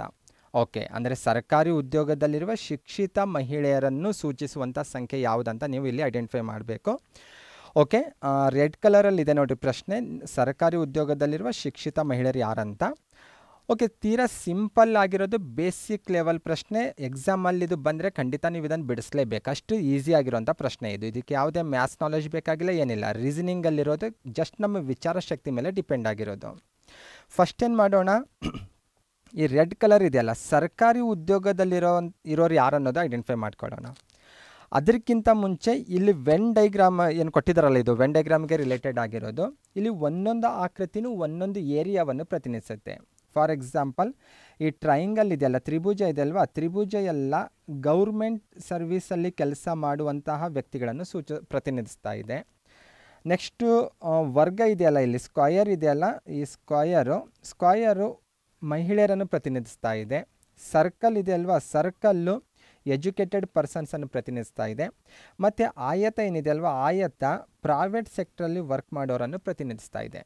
ಓಕೆ, ನಮಗೆ ಬೇಕಾಗಿರೋದು ಸರ್ಕಾರಿ ಉದ್ಯೋಗದಲ್ಲಿರುವ ಶಿಕ್ಷಿತ ಮಹಿಳೆಯರು ಬೇಕಾಗಿದ್ದಾರೆ ನಮಗೆ. ಓಕೆ, ಸರ್ಕಾರಿ ಉದ್ಯೋಗದಲ್ಲಿರುವ ಅಂದರೆ ಯಾವ ಆಕೃತಿ ಇದರಲ್ಲಿ ಸರ್ಕಾರಿ ಉದ್ಯೋಗಿಗಳನ್ನು ಪ್ರತಿನಿಧಿಸ್ತಾ ಇದೆ ಅನ್ನೋದನ್ನು ಕ್ಲಿಯರ್ ಮಾಡ್ಕೊಳ್ಳೋಣ. ಓಕೆ, ಸರ್ಕಾರಿ ಉದ್ಯೋಗದಲ್ಲಿರೋರನ್ನು ಪ್ರತಿನಿಧಿಸ್ತಾ ಇರೋದು ಟ್ರಯಾಂಗಲ್, ತ್ರಿಭುಜ. ಇಲ್ಲಿ ಬರೆದಿದ್ದಾರೆ ನೋಡ್ರಿ, ಅದನ್ನು ಯಾರೋ ಮಾರ್ಕ್ ಹಾಕಿ ಕೂಡ ತೋರಿಸಿದ್ದಾರೆ, ಪರ್ಸನ್ಸ್ ಇನ್ ಗೌರ್ಮೆಂಟ್ ಸರ್ವಿಸ್ ಅಂತ. ಓಕೆ, ನಿಮಗೆ ಬೇಕಾಗಿದ್ದವರು ಕಂಪಲ್ಸರಿ ಟ್ರಯಾಂಗಲಲ್ಲೇ ಇರಬೇಕಾದ್ರು. ಅಂದರೆ ಬೇರೆ ಏರಿಯಾದಲ್ಲಿರೋರು, ಟ್ರಯಾಂಗಲ್ ಹೊರಗಡೆ ಇರೋರು ನಮಗೆ ಬೇಕಾಗಿಲ್ಲ, ಅವರನ್ನು ನಾವಿಲ್ಲಿ ಪರಿಗಣಿಸಬೇಕಾಗಿಲ್ಲ. ಟ್ರಯಾಂಗಲ್ ಹೊರಗಡೆ ಇರೋರು ಟ್ರಯಾಂಗಲಲ್ಲಿರಬೇಕು. ಯಾಕೆ ಟ್ರಯಾಂಗಲಲ್ಲಿ ಇರಬೇಕಂದ್ರೆ, ಫಸ್ಟ್ ಕಂಡೀಷನ್ ಗೌರ್ಮೆಂಟ್ ಸೆಕ್ಟ್ರಲ್ಲಿ ಅವ್ರು ವರ್ಕ್ ಮಾಡ್ತಾ ಇರಬೇಕು. ಗೌರ್ಮೆಂಟ್ ಸೆಕ್ಟ್ರಲ್ಲಿ ವರ್ಕ್ ಮಾಡೋರು ಯಾರಿದ್ದಾರೆ ಇಲ್ಲ ಅಂದರೆ, ಯಾರು ತ್ರಿಭುಜದಲ್ಲಿದ್ದಾರಲ್ಲ ಅವ್ರು ಮಾತ್ರ ಗೌರ್ಮೆಂಟ್ ಸೆಕ್ಟ್ರಲ್ಲಿ ವರ್ಕ್ ಮಾಡೋರು ಇದ್ದಾರೆ. ನೆಕ್ಸ್ಟ್ ಕಂಡೀಷನು ಶಿಕ್ಷಿತರಾಗಿರ್ಬೇಕು ಅವರು. ಶಿಕ್ಷಿತ ಅಂದರೆ ಯಾರು? ಸರ್ಕಲಲ್ಲಿ ಬರಬೇಕು. ಅಂದರೆ ಟ್ರಯಾಂಗಲ್ ಜೊತೆಗೆ ಸರ್ಕಲಲ್ಲಿ ಬರುವಂತಹ ಸಂಖ್ಯೆಗಳನ್ನು ಮಾತ್ರ ನಾವು ಪರಿಗಣಿಸಬೇಕು. ಟ್ರಯಾಂಗಲ್ ಜೊತೆಗೆ ಸರ್ಕಲಲ್ಲಿ ಬರುವಂಥ ಸಂಖ್ಯೆಗಳು, ಸರ್ಕಲ್ ಇಲ್ಲಿ ಕಾಣಿಸ್ತಾ ಇದೆ ಅಲ್ವಾ, ಇದರಲ್ಲಿ ಮಾತ್ರ ಬರಬೇಕು ಅವರು. ಈ ಸರ್ಕಲಿಂದ ಹೊರಗಡೆ ಇದ್ದು ಟ್ರಯಾಂಗಲಲ್ಲಿ ಇದ್ದರೂ ಕೂಡ ಅವರನ್ನು ನಾವಿಲ್ಲಿ ಪರಿಗಣಿಸೋಂಥ ಅವಶ್ಯಕತೆ ಇರೋದಿಲ್ಲ. ಟ್ರಯಾಂಗಲ್ನಲ್ಲೂ ಇರಬೇಕು, ಅದ್ರ ಜೊತೆಗೆ ಸರ್ಕಲಲ್ಲೂ ಇರಬೇಕು. ನೆಕ್ಸ್ಟ್ ಥರ್ಡ್ ಕಂಡೀಷನ್, ಅವರು ಮಹಿಳೆಯರಾಗಿರಬೇಕು. ಅಂದರೆ ಟ್ರಯಾಂಗಲಲ್ಲೂ ಇರಬೇಕು, ಅಂದರೆ ಗೌರ್ಮೆಂಟ್ ಸೆಕ್ಟ್ರಲ್ಲೂ ಇರಬೇಕು, ಎಜುಕೇಟೆಡ್ನಲ್ಲೂ ಇರಬೇಕು, ಮತ್ತು ಅವರು ವುಮೆನ್ಸ್ ಆಗಿರಬೇಕು. ಅಂದರೆ ಇಲ್ಲಿ ಟ್ರಯಾಂಗಲ್ಲು, ಸರ್ಕಲ್ಲು ಮತ್ತು ಸ್ಕ್ವಯರ್ ಇವು ಮೂರರಲ್ಲಿ ಇರೋರನ್ನು ಮಾತ್ರ ನಾವು ಪರಿಗಣಿಸಬೇಕು. ಓಕೆ, ಅಂದರೆ ಇಲ್ಲಿ ನಾವು 10 ಪರಿಗಣಿಸಬೇಕಾಗಿಲ್ಲ. ಯಾಕಂದರೆ 10 ಹೆಂಗಿದೆ ಅಂದರೆ ಇದು ಟ್ರಯಾಂಗಲಲ್ಲಿದೆ ಮತ್ತು ಸರ್ಕಲಲ್ಲಿದೆ, ಸ್ಕ್ವಯರಲ್ಲಿ ಇಲ್ಲ ಅದು. ಹಾಗಾಗಿ 10 ಬಿಡೋಣ. ಈಗ ಉಳಿದಿರೋರು ಯಾರು? 3 ಮತ್ತು 6, ಇವರಿಬ್ಬರಲ್ಲಿ ಒಬ್ಬರಾಗಿರಬೇಕು. ಆದರೆ ಇಲ್ಲಿ ಆಪ್ಷನ್ಸಲ್ಲಿ ನಾವು ಯಾವುದು ಐಡೆಂಟಿಫೈ ಮಾಡಬೇಕು? ಇಲ್ಲಿ 3 ಇದೆ ಮತ್ತು 6 ಇದೆ. ಇನ್ನೂ ಒಂದು ಸ್ಟೆಪ್ ಕ್ಲಿಯರ್ ಮಾಡ್ಕೊಳ್ಳೋಣ. ನಮಗೆ ಅವ್ರು ಕೇಳಿರೋದು ಸರ್ಕಾರಿ ಉದ್ಯೋಗದಲ್ಲಿರಬೇಕು, ಶಿಕ್ಷಿತರಾಗಿರಬೇಕು ಮತ್ತು ಮಹಿಳೆಯರಾಗಿರಬೇಕು. ಓಕೆ, 3 ಹೆಂಗಿದೆ ಅಂದರೆ ಈ ಟ್ರಯಾಂಗಲಲ್ಲೂ ಇದೆ, ಅಂದರೆ ಗೌರ್ಮೆಂಟ್ ಜಾಬು ಇದೆ ಇವರಿಗೆ, ಜೊತೆಗೆ ಮಹಿಳೆಯರು ಕೂಡ ಆಗಿದ್ದಾರೆ, ಅದರ ಜೊತೆಗೆ ಇವರು ಎಜುಕೇಟೆಡ್ ಕೂಡ ಆಗಿದ್ದಾರೆ. 6ಕ್ಕೆ ಬಂದರೆ 6 ಕೂಡ ಅಷ್ಟೇ. ಈ 3 ಕಂಡೀಷನ್ಗಳ ಜೊತೆಗೆ 6 ಪ್ರೈವೇಟ್ ಸೆಕ್ಟ್ರಲ್ಲಿ ಕೂಡ ಕೆಲಸ ಮಾಡೋರಾಗಿದ್ದಾರೆ ಅವರು. ಅಂದರೆ ಗೌರ್ಮೆಂಟ್ ಕೆಲಸದ ಜೊತೆಗೆ ಅವರು ಪ್ರೈವೇಟಲ್ಲೂ ವರ್ಕ್ ಮಾಡ್ತಾರೆ. ಹಾಗಾಗಿ ನಮಗೆ ಕೇಳಿರುವಂಥ ಪ್ರಶ್ನೆಗೆ ಸರಿಯಾದ ಉತ್ತರ 3 ಆಗುತ್ತೆ ಇಲ್ಲಿ. ಅಂದರೆ ಗೌರ್ಮೆಂಟ್ ಸೆಕ್ಟ್ರಲ್ಲಿರಬೇಕು, ವುಮೆನ್ಸ್ ಆಗಿರಬೇಕು ಮತ್ತು ಅದ್ರ ಜೊತೆಗೆ ಎಜುಕೇಟೆಡ್ ಪರ್ಸನ್ ಆಗಿರಬೇಕು. ಈ 3 ಕಂಡೀಷನ್ ಮಾತ್ರ ಅಪ್ಲೈ ಆಗಬೇಕು, ಎಕ್ಸ್ಟ್ರಾ ಆಗಿರಬಾರ್ದು ಮತ್ತು ಈ 3ರಲ್ಲಿ ಯಾವುದನ್ನು ಕೂಡ ಬಿಟ್ಟು ಹೋಗಿರಬಾರ್ದು. ಹಾಗಾಗಿ ಇಲ್ಲಿ ಆನ್ಸರ್ ಬಿ ಸರಿಯಾದ ಉತ್ತರ ಆಗುತ್ತೆ. ನೆಕ್ಸ್ಟಿಗೆ ಬರೋಣ, ಕ್ಯಾಲೆಂಡರ್ ರಿಲೇಟೆಡ್ ಪ್ರಾಬ್ಲಮ್ಸು. ಇದನ್ನು ಕೂಡ ರೀಸನಿಂಗಲ್ಲೇ ಕೌಂಟ್ ಮಾಡ್ಬೋದು. ತೀರಾ ಹೆಚ್ಚು ಮ್ಯಾಥ್ಸ್ ನಾಲೆಜ್ ಏನು ಬೇಕಾಗಿಲ್ಲ ಈ ಪ್ರಾಬ್ಲಮ್ ಸೊಲ್ಯೂಷನ್ ಮಾಡಲಿಕ್ಕೆ. ಏನಿದೆ ಅಂದರೆ 1980 ಗಣರಾಜ್ಯೋತ್ಸವವು ಶನಿವಾರ ಬಂದಿದ್ದು, ಒಂದು ವೇಳೆ ಎಕ್ಸನ್ ಅನ್ನುವಂಥ ಒಬ್ಬ ವ್ಯಕ್ತಿ ಅದೇ ವರ್ಷದ ಅಂತಾರಾಷ್ಟ್ರೀಯ ಮಹಿಳಾ ದಿನದಂದು ಜನಿಸಿದ್ದಾರೆ. ಆತನು ಜನಿಸಿದ ವಾರ ಯಾವುದನ್ನೋದು ಪ್ರಶ್ನೆ ಇಲ್ಲಿ. ಓಕೆ, ಏನು ಮಾಡೋಣ ಅಂದರೆ ಇಲ್ಲಿ ಸಿಂಪಲ್ಲಾಗಿ ನೆನ್ಪಿಟ್ಕೊಳ್ಳೋಣ. ಇಂತಹ ಪ್ರಾಬ್ಲಮ್ಸ್ ಬಂದಾಗ ಒಂದು 3-4 ಅಂಶಗಳು ನೀವು ಕ್ಲಿಯರ್ ಮಾಡ್ಕೋಬೇಕು. ಏನೆಂದರೆ ನಾವು ಎಲ್ಲಿಂದ ಎಣಿಕೆನ ಆರಂಭಿಸ್ಬೇಕನ್ನೋದು, ಅಂದರೆ ಯಾವ ವರ್ಷದಿಂದ ನಾವು ಎಣಿಕೆ ಮಾಡಲಿಕ್ಕೆ ಸ್ಟಾರ್ಟ್ ಮಾಡಬೇಕು ಮತ್ತು ಯಾವ ವಾರದಿಂದ ಸ್ಟಾರ್ಟ್ ಮಾಡಬೇಕನ್ನೋದು ಇಲ್ಲಿ ಮೊದಲು ಕ್ಲಿಯರ್ ಮಾಡ್ಕೋಬೇಕು. ಅಂದರೆ ನಾವು 1ನೇ ತಾರೀಕು 1ನೇ ತಿಂಗಳು 1ನೇ ವರ್ಷದಿಂದ ಸ್ಟಾರ್ಟ್ ಮಾಡಬೇಕಾ ಅನ್ನೋದೊಂದು ಪ್ರಶ್ನೆ. ಆಲ್ರೆಡಿ ನಿಮಗೆ ಇದ್ರ ಬಗ್ಗೆ ಐಡಿಯಾ ಇರುತ್ತೆ. ಫಾರ್ ಎಕ್ಸಾಂಪಲ್ 1980ನೇ ಇಸ್ವಿ ಬೇಕಾದರೆ ಅಥವಾ 1980ರ ಗಣರಾಜ್ಯೋತ್ಸವ ಯಾವ ವರ್ಷ ಬಂದಿದೆ ಅಂತ ಒಂದು ಪ್ರಶ್ನೆ ಕ್ರಿಯೇಟ್ ಆಗಿದೆ ಅಂತ ಇಟ್ಕೊಳ್ಳೋಣ. ಅವಾಗ ನಾವೇನು ಮಾಡ್ತೇವೆ? ಫಸ್ಟ್ 1600 ಇಯರ್ಸನ್ನು ಬಿಟ್ಟು ಬಿಡ್ತೇವೆ. ಯಾಕಂದರೆ ಪ್ರತಿ 400 ಇಯರ್ಸಿಗೂ ಕೂಡ ಸೇಮ್ ರಿಪೀಟ್ ಆಗ್ತಾ ಇರುತ್ತೆ ಅಂತ. ಆಮೇಲೆ ರಿಮೈನಿಂಗ್ 300 ಇಯರ್ಸಿಗೆ ಒಂದು ಸ್ವಲ್ಪ ದಿನ ಇಟ್ಕೊಂಡಿರ್ತೇವೆ. ಈ ರೀತಿ ಮಾಡ್ತೇವೆ. ಹಾಗಾಗಿ ನಾವು ಎಲ್ಲಿಂದ ಎಣಿಕೆ ಆರಂಭಿಸ್ಬೇಕು ಅನ್ನೋದು ಕ್ಲಿಯರ್ ಮಾಡ್ಕೋಬೇಕು. ನಾವು ಎಲ್ಲಿಂದ ಎಣಿಕೆ ಆರಂಭಿಸ್ಬೇಕಂದ್ರೆ ಕ್ವಶನಲ್ಲಿ ಏನಾದರೂ ಒಂದು ಸೆಂಟೆನ್ಸ್ ಕೀವರ್ಡಾಗಿ ಬಳಕೆ ಆಗ್ತಾ ಇತ್ತಂದರೆ ಅಂದರೆ ಅಲ್ಲಿಂದಲೇ ಎಣಿಕೆ ಆರಂಭಿಸ್ಬೋದು ನಾವು. ಈ ಲೆಕ್ಕದಲ್ಲಿ ಗಣರಾಜ್ಯೋತ್ಸವವನ್ನೇ ಅದನ್ನು ಕೊಟ್ಟಿದ್ದಾರೆ. 1980ರ ಗಣರಾಜ್ಯೋತ್ಸವ ಯಾವ ವಾರ ಅನ್ನೋದು ಅವ್ರು ಕ್ಲಿಯರಾಗಿ ಮೆನ್ಷನ್ ಮಾಡಿದ್ದಾರೆ. ಹಾಗಾಗಿ ನಾವು ಇಲ್ಲಿಂದಲೇ ಎಣಿಕೆ ಸ್ಟಾರ್ಟ್ ಮಾಡ್ಬೋದು. ಅಂದರೆ ಎಲ್ಲಿಂದ 1980ರಿಂದಲೇ ನಾವು ಎಣಿಕೆಯನ್ನು ಆರಂಭಿಸ್ಬೇಕು. ಇಲ್ಲಿಂದ ಆರಂಭಿಸೋ ಅವಶ್ಯಕತೆ ಇಲ್ಲ. ಓಕೆ, ಅದರ ಜೊತೆಗೆ ಇಲ್ಲೇನು ಮಾಡಿದ್ದಾರೆ, ಮೆಂಟಲ್ ಎಬಿಲಿಟಿ ಜೊತೆಗೆ ನಿಮ್ಮ GK ನಾಲೆಜ್ ಕೂಡ ಟೆಸ್ಟ್ ಮಾಡ್ತಾ ಇದ್ದಾರೆ ಅವರು. ಗಣರಾಜ್ಯೋತ್ಸವ ಯಾವ ದಿನಾಂಕ ಇರುತ್ತೆ ಅನ್ನೋದು ಕ್ಲಿಯರ್ ಆಗಿರಬೇಕು. ಅಂತಾರಾಷ್ಟ್ರೀಯ ಮಹಿಳಾ ದಿನ ಕೂಡ ಯಾವತ್ತು ಆಚರಿಸ್ತೇವೆ ಅನ್ನೋದು ಕೂಡ ಕ್ಲಿಯರ್ ಆಗಿರಬೇಕು. ಓಕೆ, ಹಾಗಾಗಿ ಇಲ್ಲಿ ನೀವು ಫಸ್ಟ್ ಕ್ಲಿಯರ್ ಮಾಡ್ಕೋಬೇಕಾಗಿದೆ ಎಲ್ಲಿಂದ ಎಣಿಕೆ ಆರಂಭಿಸ್ಬೇಕನ್ನೋದು. ಸೆಕೆಂಡು, ಅಧಿಕ ವರ್ಷ ಏನಾದರೂ ಇದೆಯಾ ನಾವು ಕೌಂಟ್ ಮಾಡುವಂಥ ವರ್ಷ, ಅಧಿಕ ವರ್ಷ ಇದೆ ಅನ್ನೋದು ಕ್ಲಿಯರ್ ಮಾಡ್ಕೋಬೇಕು. ಅಧಿಕ ವರ್ಷ ಇದ್ದರೆ ಸಾಕಾಗಲ್ಲ. ಅಲ್ಲಿ ನಾವೇನಾದರೂ ಫೆಬ್ರವರಿ 28 ದಾಟಿ, ಅಂದರೆ ಫೆಬ್ರವರಿ ತಿಂಗಳು ದಾಟಿ ನಾವು ಮಾರ್ಚಿಗೆ ಹೋಗ್ತಾ ಇದ್ದರೆ ಮಾತ್ರ ಅಲ್ಲಿ ಅಧಿಕ ವರ್ಷ ಕೌಂಟ್ ಆಗ್ತಾ ಇರುತ್ತೆ. ಹಾಗಾಗಿ ಅಧಿಕ ವರ್ಷದ ಬಗ್ಗೆ ಗಮನಿಸ್ಬೇಕು ನೀವು ಅಲ್ಲಿ. ಅದರ ಜೊತೆಗೆ ಎಷ್ಟು ದಿನಗಳನ್ನು ಎಣಿಕೆ ಮಾಡಬೇಕು ಅನ್ನೋದು ಕ್ಲಿಯರ್ ಆಗಬೇಕು ನಿಮಗೆ. ಅಂದರೆ ನಾವು ಲೆಕ್ಕಕ್ಕೆ ಎಷ್ಟು ದಿನಗಳನ್ನು ಕೌಂಟ್ ಮಾಡಬೇಕು. ಇಲ್ಲಿ ನಾವು ಕೌಂಟ್ ಮಾಡಬೇಕಾಗಿದ್ದು ಅಂತಾರಾಷ್ಟ್ರೀಯ ಮಹಿಳಾ ದಿನದವರೆಗೆ ಕೌಂಟ್ ಮಾಡಬೇಕು. ಓಕೆ, ನೆಕ್ಸ್ಟ್ ಅದ್ರ ಜೊತೆಗೆ 7ರ ಬಗ್ಗೆ ಒಂದು ಸ್ವಲ್ಪ ಬರಬೇಕು ನಿಮಗೆ. 7-10 ಬಂದರೆ ಸಾಕು, ಅಲ್ಲಿವರೆಗೂ ಬಂದರೆ ಸಾಕು. ಯಾಕೆ 7ರ ಬಗ್ಗೆ ಬರಬೇಕಂತ ನಾನು ಹೇಳ್ತಾ ಇದ್ದೀನಂದರೆ ಪ್ರತಿ 7 ದಿನಕ್ಕೂ ಕೂಡ ಅದೇ ವಾರ ರಿಪೀಟ್ ಆಗ್ತಾ ಇರುತ್ತೆ. ಫಾರ್ ಎಕ್ಸಾಂಪಲ್ ಇಲ್ಲಿ 1ನೇ ತಾರೀಕು ಮಂಗಳವಾರ ಇದೆ ನೋಡಿರಿ, +7 ಮಾಡಿರಿ, ಮತ್ತೆ ಅದೇ ವಾರ ರಿಪೀಟ್ ಆಗ್ತದೆ ನೋಡಿರಿ, ಮಂಗಳವಾರನೇ ರಿಪೀಟ್ ಆಗುತ್ತೆ. ಎಲ್ಲದಕ್ಕೂ ಅಷ್ಟೇ, 3 ದಿನ ಇಲ್ಲಿ ಗುರುವಾರ, ನೆಕ್ಸ್ಟ್ 7 ಡೇಸ್ಗೆ 10 ಬರುತ್ತೆ, ಮತ್ತು ಅದೇ ವಾರ ರಿಪೀಟ್ ಆಗುತ್ತೆ. ಪ್ರತಿ 7 ದಿನಕ್ಕೂ ಕೂಡ ಅದೇ ದಿನ ರಿಪೀಟ್ ಆಗೋದ್ರಿಂದ 7ರ ಮಗ್ಗಿ ಒಂದು ಸ್ವಲ್ಪ ಪರ್ಫೆಕ್ಟ್ ಆಗಿರಬೇಕು. ಓಕೆ, ಬನ್ನಿ ಪ್ರಾಬ್ಲಮ್ ಸೊಲ್ಯೂಷನ್ ಮಾಡೋಣ. ಮೊದಲು 1980ರ ಗಣರಾಜ್ಯೋತ್ಸವ ಶನಿವಾರ ಬಂದಿದೆ ಅಂತ ಕ್ಲಿಯರಾಗಿ ಹೇಳ್ತಾ ಇದ್ದಾರೆ. ಹಾಗಾದರೆ ಒಬ್ಬ ವ್ಯಕ್ತಿ ಅಂತಾರಾಷ್ಟ್ರೀಯ ಮಹಿಳಾ ದಿನದಂದು ಜನಿಸಿದ್ದಾನೆ, ಆತ ಯಾವ ವಾರ ಜನಿಸಿದ್ದಾನೆ ಅನ್ನೋದು ಕ್ಲಿಯರ್ ಆಗಬೇಕು. ಓಕೆ, ಫಸ್ಟ್ ಆಫ್ ಆಲ್ ಗಣರಾಜ್ಯೋತ್ಸವ ಯಾವ ದಿನದಂದು ಇರುತ್ತೆ ಅನ್ನೋದು ನೀವು ಕ್ಲಿಯರ್ ಮಾಡ್ಕೋಬೇಕು. ಸಾಮಾನ್ಯವಾಗಿ ಎಲ್ಲರಿಗೂ ಗೊತ್ತಿರುತ್ತೆ, ಇದು ಜನವರಿ 26ಗೆ ನಾವು ಗಣರಾಜ್ಯೋತ್ಸವ ಆಚರಿಸೋದು. ಇದು ಕ್ಲಿಯರ್ ಆಗಿದೆ ನಿಮಗೆ. ನೆಕ್ಸ್ಟು ಆತ ಜನಿಸಿದ್ದು ಅಂತಾರಾಷ್ಟ್ರೀಯ ಮಹಿಳಾ ದಿನದಂದು. ಅಂತಾರಾಷ್ಟ್ರೀಯ ಮಹಿಳಾ ದಿನ ಕೂಡ ಬಹುತೇಕ ಎಲ್ಲರಿಗೂ ಗೊತ್ತಿರುತ್ತೆ, ಮಾರ್ಚ್ 8ನೇ ತಾರೀಕಿನಿಂದ ಆಚರಿಸ್ತೇವೆ. ಓಕೆ, ಅಂದರೆ ನಾವು ಇವಿಷ್ಟನ್ನು ಇಲ್ಲಿ ಪರಿಗಣಿಸಿ ನಾವು ಆನ್ಸರ್ ಮಾಡ್ಬೋದು. ಅಂದರೆ ನಾವಿಲ್ಲಿ ಜನವರಿ, ಅದರ ಜೊತೆಗೆ ಫೆಬ್ರವರಿ ಕೂಡ ದಾಟಿ ಹೋಗ್ತಾ ಇದ್ದೇವೆ. ಇದನ್ನು ಕೂಡ ಕ್ಲಿಯರ್ ಆಗಿರಬೇಕು ನಿಮಗೆ. ಫೆಬ್ರವರಿ ಕೂಡ ದಾಟಿ ಹೋಗ್ತಾ ಇದ್ದೇವೆ. ಈ 3 ತಿಂಗಳನ್ನು ನಾವು ಪರಿಗಣಿಸಿ ಈ ಪ್ರಾಬ್ಲಮನ್ನು ಈಸಿಯಾಗಿ ಸೊಲ್ಯೂಷನ್ ಮಾಡ್ಬೋದು. ಓಕೆ, ಹೆಂಗೆ ಅಂದರೆ ಈಗ ಜನವರಿಯಲ್ಲಿ ಎಷ್ಟು ದಿನಗಳನ್ನು ನಾವು ಕೌಂಟಿಗೆ ತೊಗೋಬೇಕಿಲ್ಲ ಅನ್ನೋದು ಪ್ರಶ್ನೆ. ಈಗ ಜನವರಿಯಲ್ಲಿ ನಾವು ಎಷ್ಟು ದಿನಗಳನ್ನು ಕೌಂಟಿಗೆ ತೊಗೋಬೇಕಂದ್ರೆ ಜನವರಿ 26ನೇ ತಾರೀಕು ಶನಿವಾರ ಅಂತ ಹೇಳಿದ್ದಾರೆ ಅವರು. ಇನ್ನು 26 ಬಿಟ್ಟರೆ ಇನ್ನು ಜನವರಿಯಲ್ಲಿ ಉಳಿಯೋದು ಎಷ್ಟು ದಿನಗಳು ಉಳಿದಾವೆ? ಇನ್ನು 5 ದಿನಗಳು ಉಳಿತಾವೆ. ಜನವರಿ ತಿಂಗಳಲ್ಲಿ ನಾವು 5 ದಿನಗಳನ್ನು ಮಾತ್ರ ಎಣಿಕೆಗೆ ಪರಿಗಣಿಸಬೇಕು, ಉಳಿದಿದ್ದೇನು ಅವಶ್ಯಕತೆ ಇಲ್ಲ ನಮಗೆ. ನೆಕ್ಸ್ಟು ಫೆಬ್ರವರಿ ಬರುತ್ತೆ. ಫೆಬ್ರವರಿಯಲ್ಲಿ ಎಷ್ಟು ದಿನ ಕೌಂಟ್ ಮಾಡಬೇಕು? ಫೆಬ್ರವರಿ ಫುಲ್ ಮಂತ್ ನಾವು ಪಾಸಾಗಿ ಹೋಗ್ತಾ ಇದ್ದೇವಾ ಅಥವಾ ಫೆಬ್ರವರಿ ಮಿಡಲಲ್ಲಿ ನಾವು ಎಣಿಸ್ಬೇಕು ಅನ್ನೋದು ಕ್ಲಿಯರ್ ಇರಬೇಕು. ನಾವು ಮಾರ್ಚಿಗೆ ಹೋಗಬೇಕಾಗಿದೆ ಇಲ್ಲಿ. ಹಾಗಾಗಿ ಫೆಬ್ರವರಿ ಇಡೀ ತಿಂಗಳಲ್ಲಿ ಕೌಂಟ್ ಆಗುತ್ತೆ. ಎಷ್ಟು? 29 ದಿನಗಳು ಕೂಡ ನಾವು ಎಣಿಕೆಗೆ ಪರಿಗಣಿಸಬೇಕು. ನೆಕ್ಸ್ಟು ಮಾರ್ಚಿಗೆ ಬಂದರೆ ಮಾರ್ಚಲ್ಲಿ ಎಷ್ಟು ದಿನ ಪರಿಗಣಿಸಬೇಕು ಅನ್ನಂದರೆ ಮಾರ್ಚ್ 8ನೇ ತಾರೀಕು ನಮಗೆ ಬೇಕಾಗಿದೆ. ಮಹಿಳಾ ದಿನ ಇರೋದು ಮಾರ್ಚ್ 8ನೇ ತಾರೀಕು.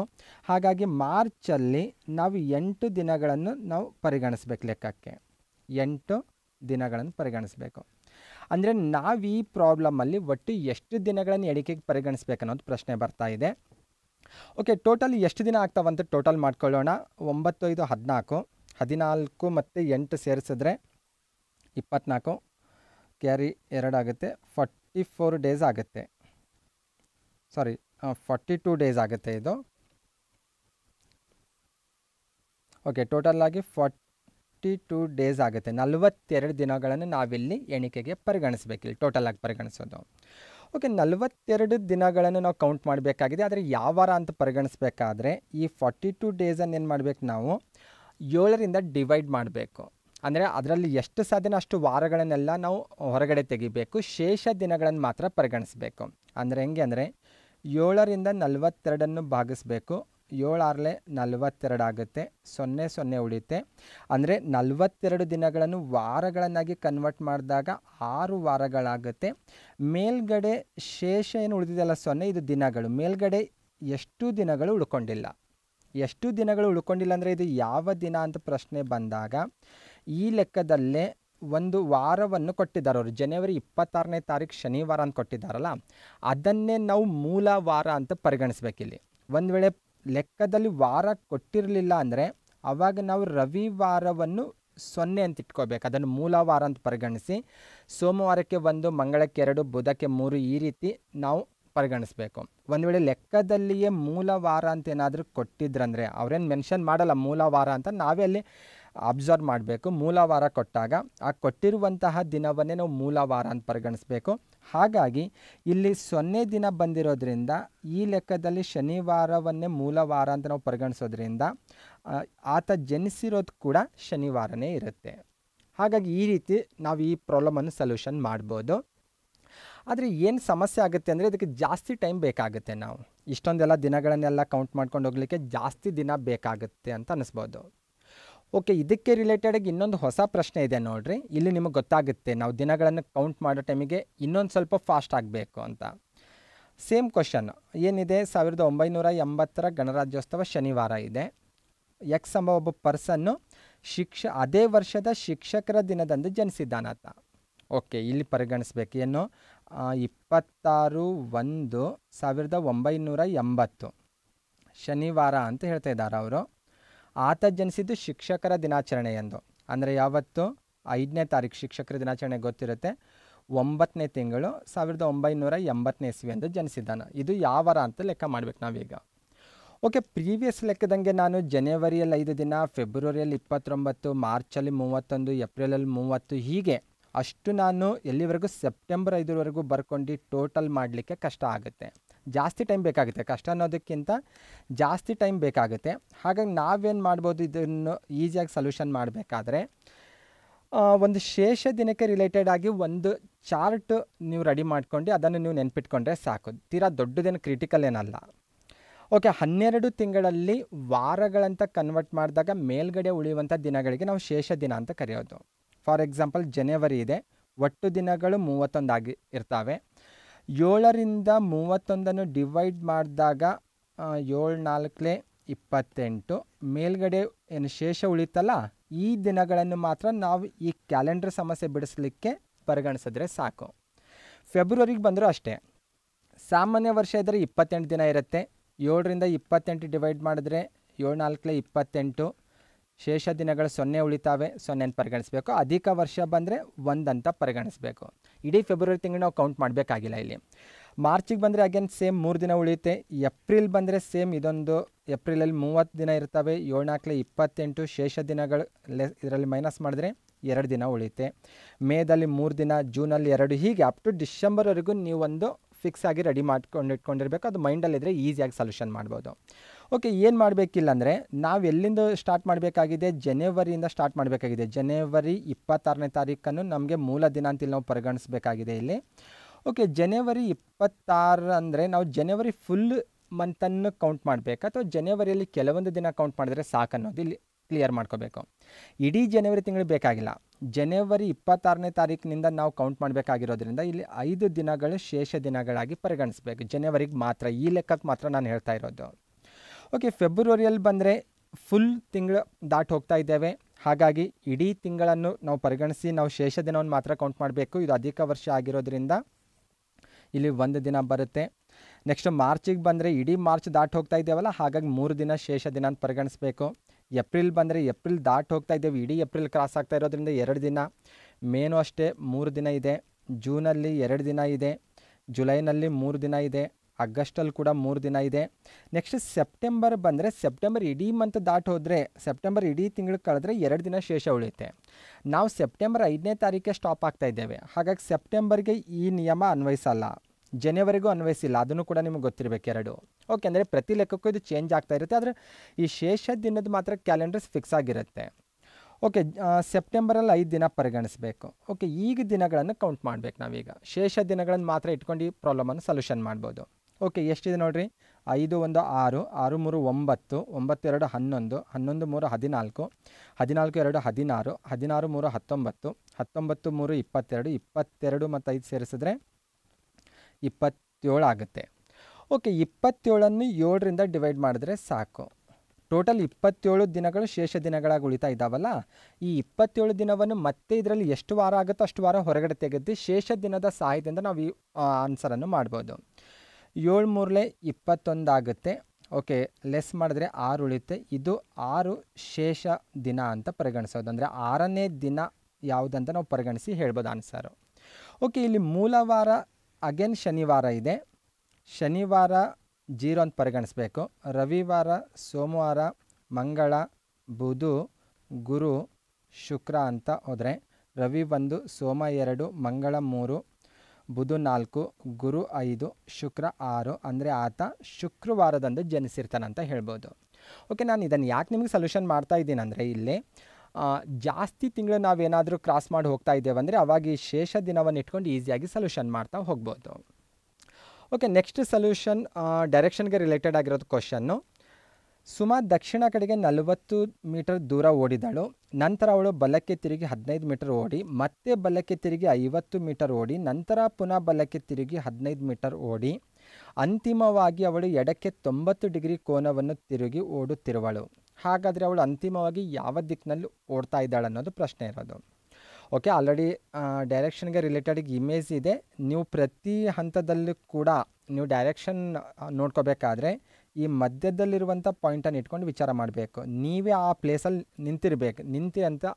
ನಿಂತಿರುವ ರೀತಿಯಲ್ಲಿ ನಾವು ಊಹೆ ಮಾಡ್ಕೊಂಡು ಈ ಪ್ರಾಬ್ಲಮನ್ನು ಸೊಲ್ಯೂಷನ್ ಮಾಡಿದ್ರೆ ಈಸಿ ಆಗುತ್ತೆ. ಓಕೆ, ಸುಮಾ ಒಂದು ಪಾಯಿಂಟಿಗೆ ಇಟ್ಕೊಳ್ಳೋಣ. ಸುಮಾ ದಕ್ಷಿಣದ ಕಡೆಗೆ 40 ಮೀಟರ್ ಓಡಿದಳು. ದಕ್ಷಿಣದ ಕಡೆಗೆ ಅಂದರೆ ಇಲ್ಲಿ ಈ ಕಡೆ ದಕ್ಷಿಣದ ಕಡೆಗೆ 40 ಮೀಟರ್ ಓಡಿದಳು. ನಂತರ ಅವಳು ಬಲಕ್ಕೆ ತಿರುಗಿದ್ದಾಳೆ. ಬಲಕ್ಕೆ ಅಂದರೆ ಯಾವುದು? ಓಕೆ, ಅವಳ ಮುಖ ಯಾವ ಕಡೆ ಇದೆ ಅನ್ನೋದ್ರ ಮೇಲೆ ಅವಳ ಎಡಬಲ ಡಿಸೈಡ್ ಮಾಡಬೇಕು. ಅವಳ ಮುಖ ಉತ್ತರಕ್ಕಿದ್ರೆ ಅವಳ ಎಡಬಲನೇ ಚೇಂಜ್ ಆಗುತ್ತೆ, ದಕ್ಷಿಣಕ್ಕಿದ್ರೆ ಅವಳ ಎಡಬಲ ಚೇಂಜ್ ಆಗುತ್ತೆ. ಹಾಗಾಗಿ ದಕ್ಷಿಣದ ಕಡೆಗೆ ಅವಳ ಮುಖ ಇರೋದ್ರಿಂದ ಅವಳ ಬಲ ದಿಕ್ಕಂದರೆ ಈ ಸೈಡ್ ಆಗಿರುತ್ತೆ. ಓಕೆ, ಬಲಕ್ಕೆ ಅವಳು 15 ಮೀಟರ್ ಓಡಿದ್ದಾಳೆ. 15 ಮೀಟರ್ ಓಡಿ ಪುನಃ ಬಲಕ್ಕೆ ತಿರುಗಿದ್ದಾಳೆ. ಅವಳ ಮುಖ ಈ ಕಡೆ ಇರೋದ್ರಿಂದ ಬಲ ಈ ಕಡೆ ಆಗುತ್ತೆ. ಮತ್ತು ಬಲಕ್ಕೆ ಅವಳು 50 ಮೀಟರ್ ಹೋಗಿದ್ದಾಳೆ. ಅವಳು 50 ಮೀಟರ್ ಓಡಿದ್ದಾಳೆ. ಪುನಃ 50 ಮೀಟರ್ ಓಡಿದ ನಂತರ ಅವಳು ಪುನಃ ಬಲಕ್ಕೆ ತಿರುಗಿದ್ದಾಳೆ. ಪುನಃ ಅವಳು ಬಲಕ್ಕೆ ಅಂದರೆ ಈ ಕಡೆ ಆಗುತ್ತೆ.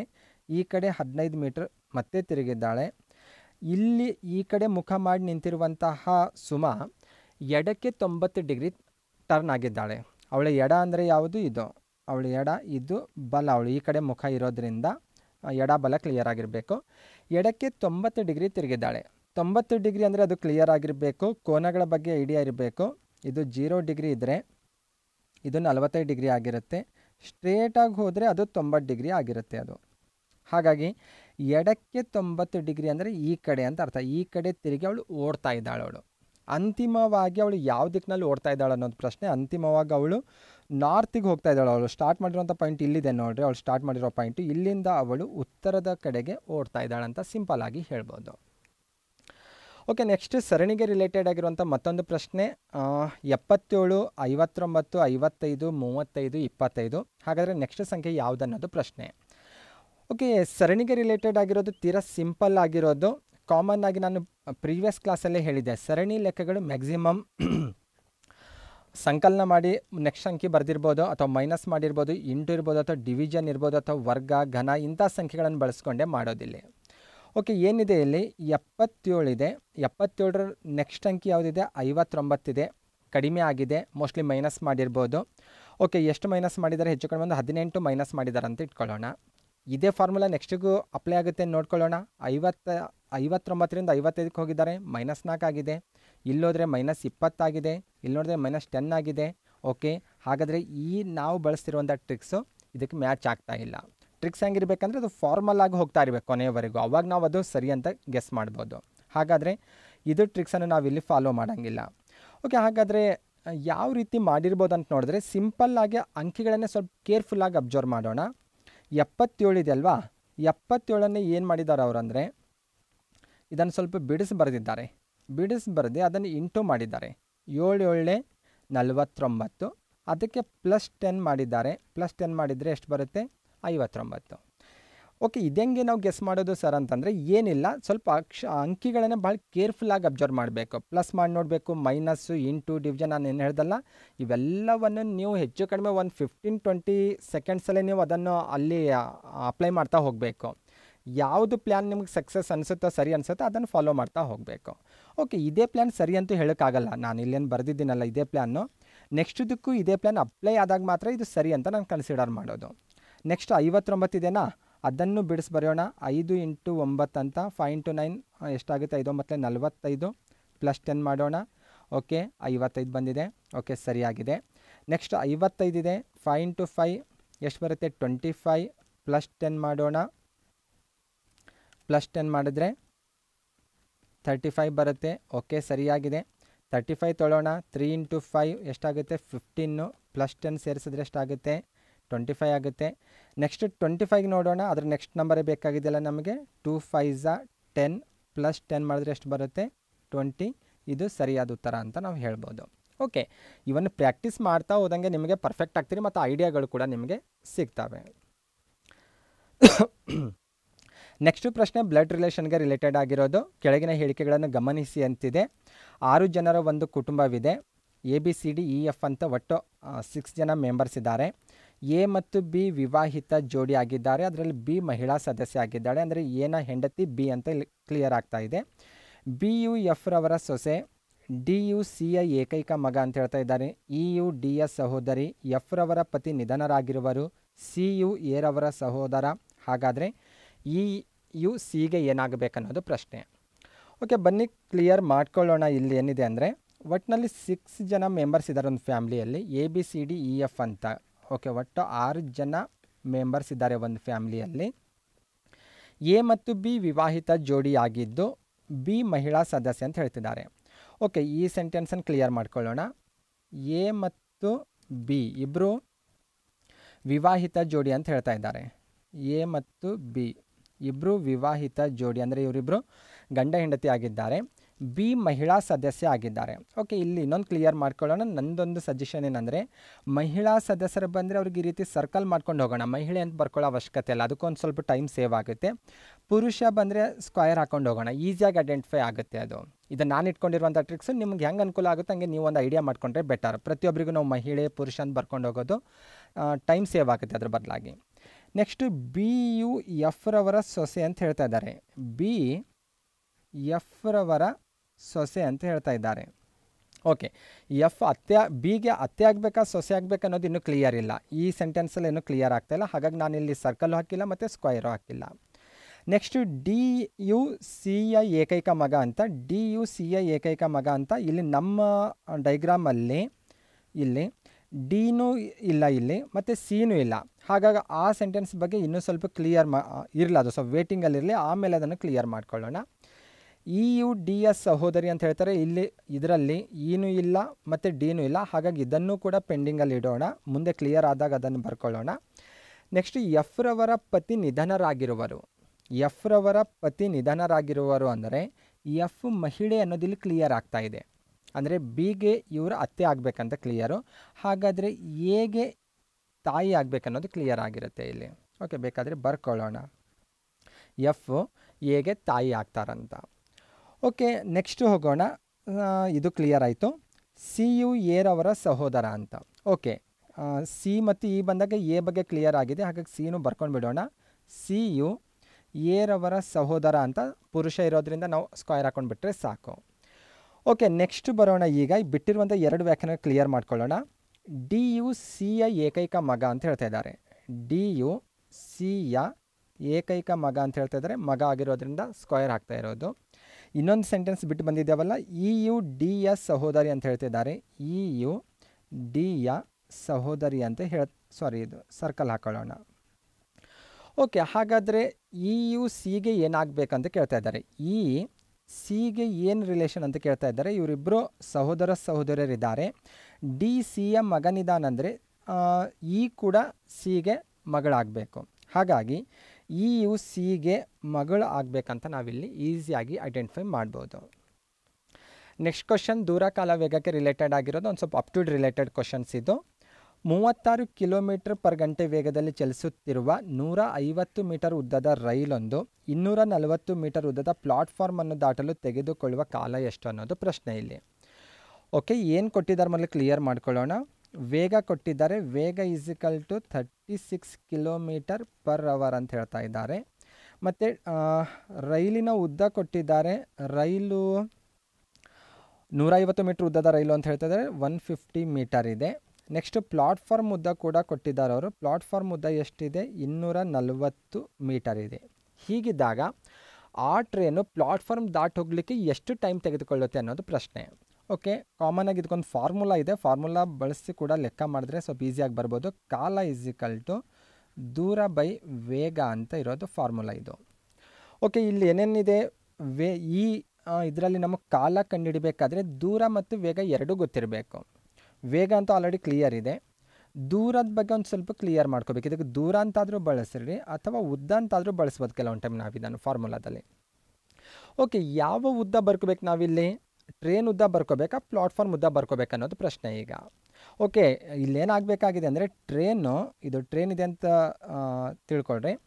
ಪ್ಲಾಟ್ಫಾರ್ಮ್ ದಾಟಿ ಹೋಗಬೇಕಾಗಿದೆ. ಇದು ಪ್ಲಾಟ್ಫಾರ್ಮ್ ಅಂತ ಇಟ್ಕೊಳ್ಳೋಣ. ಇದು ಪ್ಲಾಟ್ಫಾರ್ಮು ಈಗ ನಿಂತಿದೆ ಟ್ರೈನು.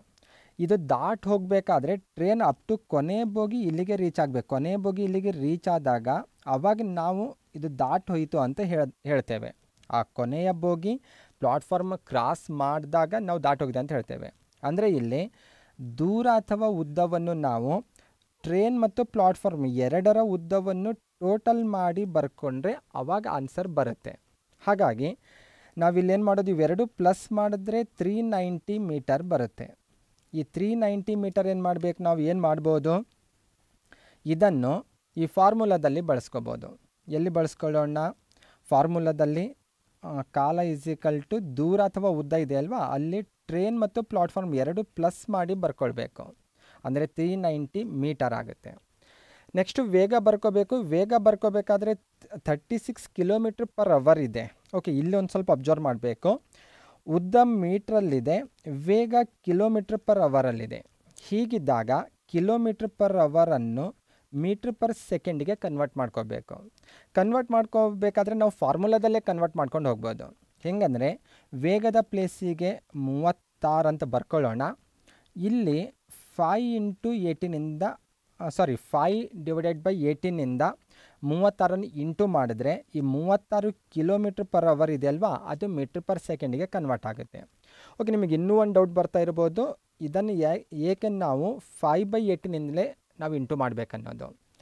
ಓಕೆ, ಇಲ್ಲಿ ನಾವು ಕ್ಲಿಯರ್ ಮಾಡೋದಾದರೆ 36 ಕಿಲೋಮೀಟರ್ ಪ್ರತಿ 1 ಗಂಟೆಗೆ ಟ್ರೈನ್ ಹೋಗುತ್ತೆ. ಅಷ್ಟು ಫಾಸ್ಟಲ್ಲಿ ಹೋಗ್ತಾ ಇದೆ ಅದು. ಅಂದರೆ ಪ್ರತಿ ಗಂಟೆಗೆ 36 ಕಿಲೋಮೀಟರ್ ಫಾಸ್ಟಲ್ಲಿ ಹೋಗ್ತಾ ಇದೆ. ಈ ಕಿಲೋಮೀಟ್ರ್ ಇರೋದು ಮೀಟ್ರಿಗೆ ಬರಬೇಕು, ಅವರ್ ಇರೋದು ಸೆಕೆಂಡಿಗೆ ಬರಬೇಕು. ಆ ರೀತಿ ಪರಿವರ್ತಿಸಬೇಕಾದ್ರೆ ಇದನ್ನೇನು ಮಾಡ್ಬೋದು, ನಾವು ಕಿಲೋಮೀಟ್ರ್ ಮೀಟ್ರಿಗೆ ಪರಿವರ್ತಿಸಬೇಕಾದ್ರೆ 1 ಕಿಲೋಮೀಟ್ರಲ್ಲಿ 1000 ಮೀಟರ್ಸ್ ಇರ್ತವೆ. ಅದರಿಂದ ಇಂಟು ಮಾಡಿದ್ರೆ ಈ ಕಿಲೋಮೀಟ್ರ್ ಇರೋದೆಲ್ಲ ಮೀಟ್ರಿಗೆ ಕನ್ವರ್ಟ್ ಆಗುತ್ತೆ. ಹಾಗೆ ಸೆಕೆಂಡ್ಸ್ಗೆ, ಅವರ್ಸನ್ನು ಸೆಕೆಂಡಿಗೆ ಕನ್ವರ್ಟ್ ಮಾಡಬೇಕಾದ್ರೆ 1 ಅವರಲ್ಲಿ 3600 ಸೆಕೆಂಡ್ ಇರ್ತವೆ.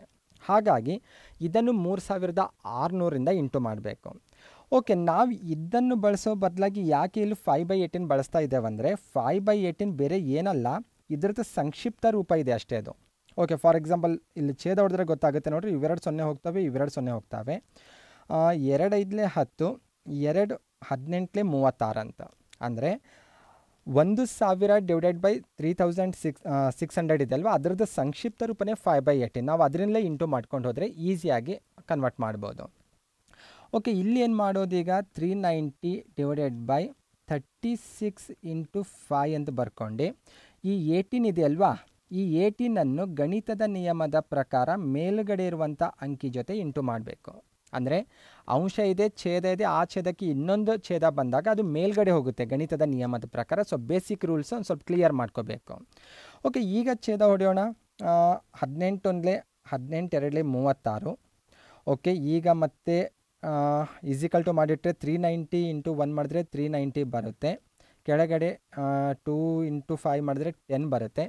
ಈಗ ಅಗೇನ್ ಛೇದ ಹೊಡೆದ್ರೆ 0 0 ಕ್ಯಾನ್ಸಲ್ ಆಗುತ್ತೆ. ಉಳಿಯೋದೆಷ್ಟು 39 ಸೆಕೆಂಡ್ಸ್. ಅಂದರೆ 39 ಸೆಕೆಂಡ್ಸಲ್ಲಿ ಟ್ರೈನ್ ಪ್ಲಾಟ್ಫಾರ್ಮನ್ನು ಕ್ರಾಸ್ ಮಾಡಿ ಹೋಗುತ್ತೆ ಅಂತ ಹೇಳ್ಬೋದು. ಓಕೆ, ನೆಕ್ಸ್ಟು ಡೈಸ್ಗೆ ರಿಲೇಟೆಡ್ ಆಗಿರೋದು, ಇಲ್ಲಿ 2 ಡೈಸ್ಗಳು ಕೊಟ್ಟಿದ್ದಾರೆ. ಇಲ್ಲಿ ಈ 2 ಡೈಸಲ್ಲಿ 2ಕ್ಕೆ ಅಭಿಮುಖವಾಗಿರುವಂಥ ಸಂಖ್ಯೆ ಯಾವುದನ್ನೋದು ಪ್ರಶ್ನೆ. ಓಕೆ, 2ಕ್ಕೆ ಅಪೋಸಿಟ್ ಆಗಿರುವಂಥದ್ದು ಕಾಮನ್ ಆಗಿ ನಿಮಗೆ ಗೊತ್ತಿರಬೇಕು. ಒಂದು ಡೈಸ್ ಅಂದರೆ ಅದ್ರ ಮೇಲ್ಗಡೆ ಅದಕ್ಕೆ 6 ಮುಖಗಳಿರ್ತವೆ. ಪ್ರತಿ ಮುಖಕ್ಕೂ ಒಂದೊಂದು ಸಂಖ್ಯೆ ಬರೆದಿರ್ತಾರೆ. 1 2 3 4 5 6 ಅಂತ ಪ್ರತಿ ಮುಖಕ್ಕೂ ಒಂದೊಂದು ಸಂಖ್ಯೆ ಇರುತ್ತೆ ಅಲ್ಲಿ. ಇಲ್ಲಿ ನಮಗೆ ಕೇಳ್ತಾ ಇರೋದು 2ಕ್ಕೆ ಅಭಿಮುಖ ಇರೋದು ಯಾವುದಂತ ಕೇಳ್ತಾ ಇದ್ದಾರೆ. ಓಕೆ, ಸಿಂಪಲ್ಲಾಗಿ ನಾವು ಹೇಳೋದಾದರೆ ಒಂದು ಟ್ರಿಕ್ಸ್ ಇದೆ. ಇಲ್ಲಿ 2 ಡೈಸ್ ಕಾಣಿಸ್ತಾ ಇದ್ದಾವಲ್ಲ, 2 ಡೈಸಲ್ಲಿ ಕಾಮನ್ ಆಗಿ ಯಾವುದಾದ್ರೂ ಒಂದು ಅಂಕಿ ಕಾಣಿಸ್ತಾ ಇದೆ ಅಂತ ನೋಡ್ಕೊಳ್ಳೋಣ.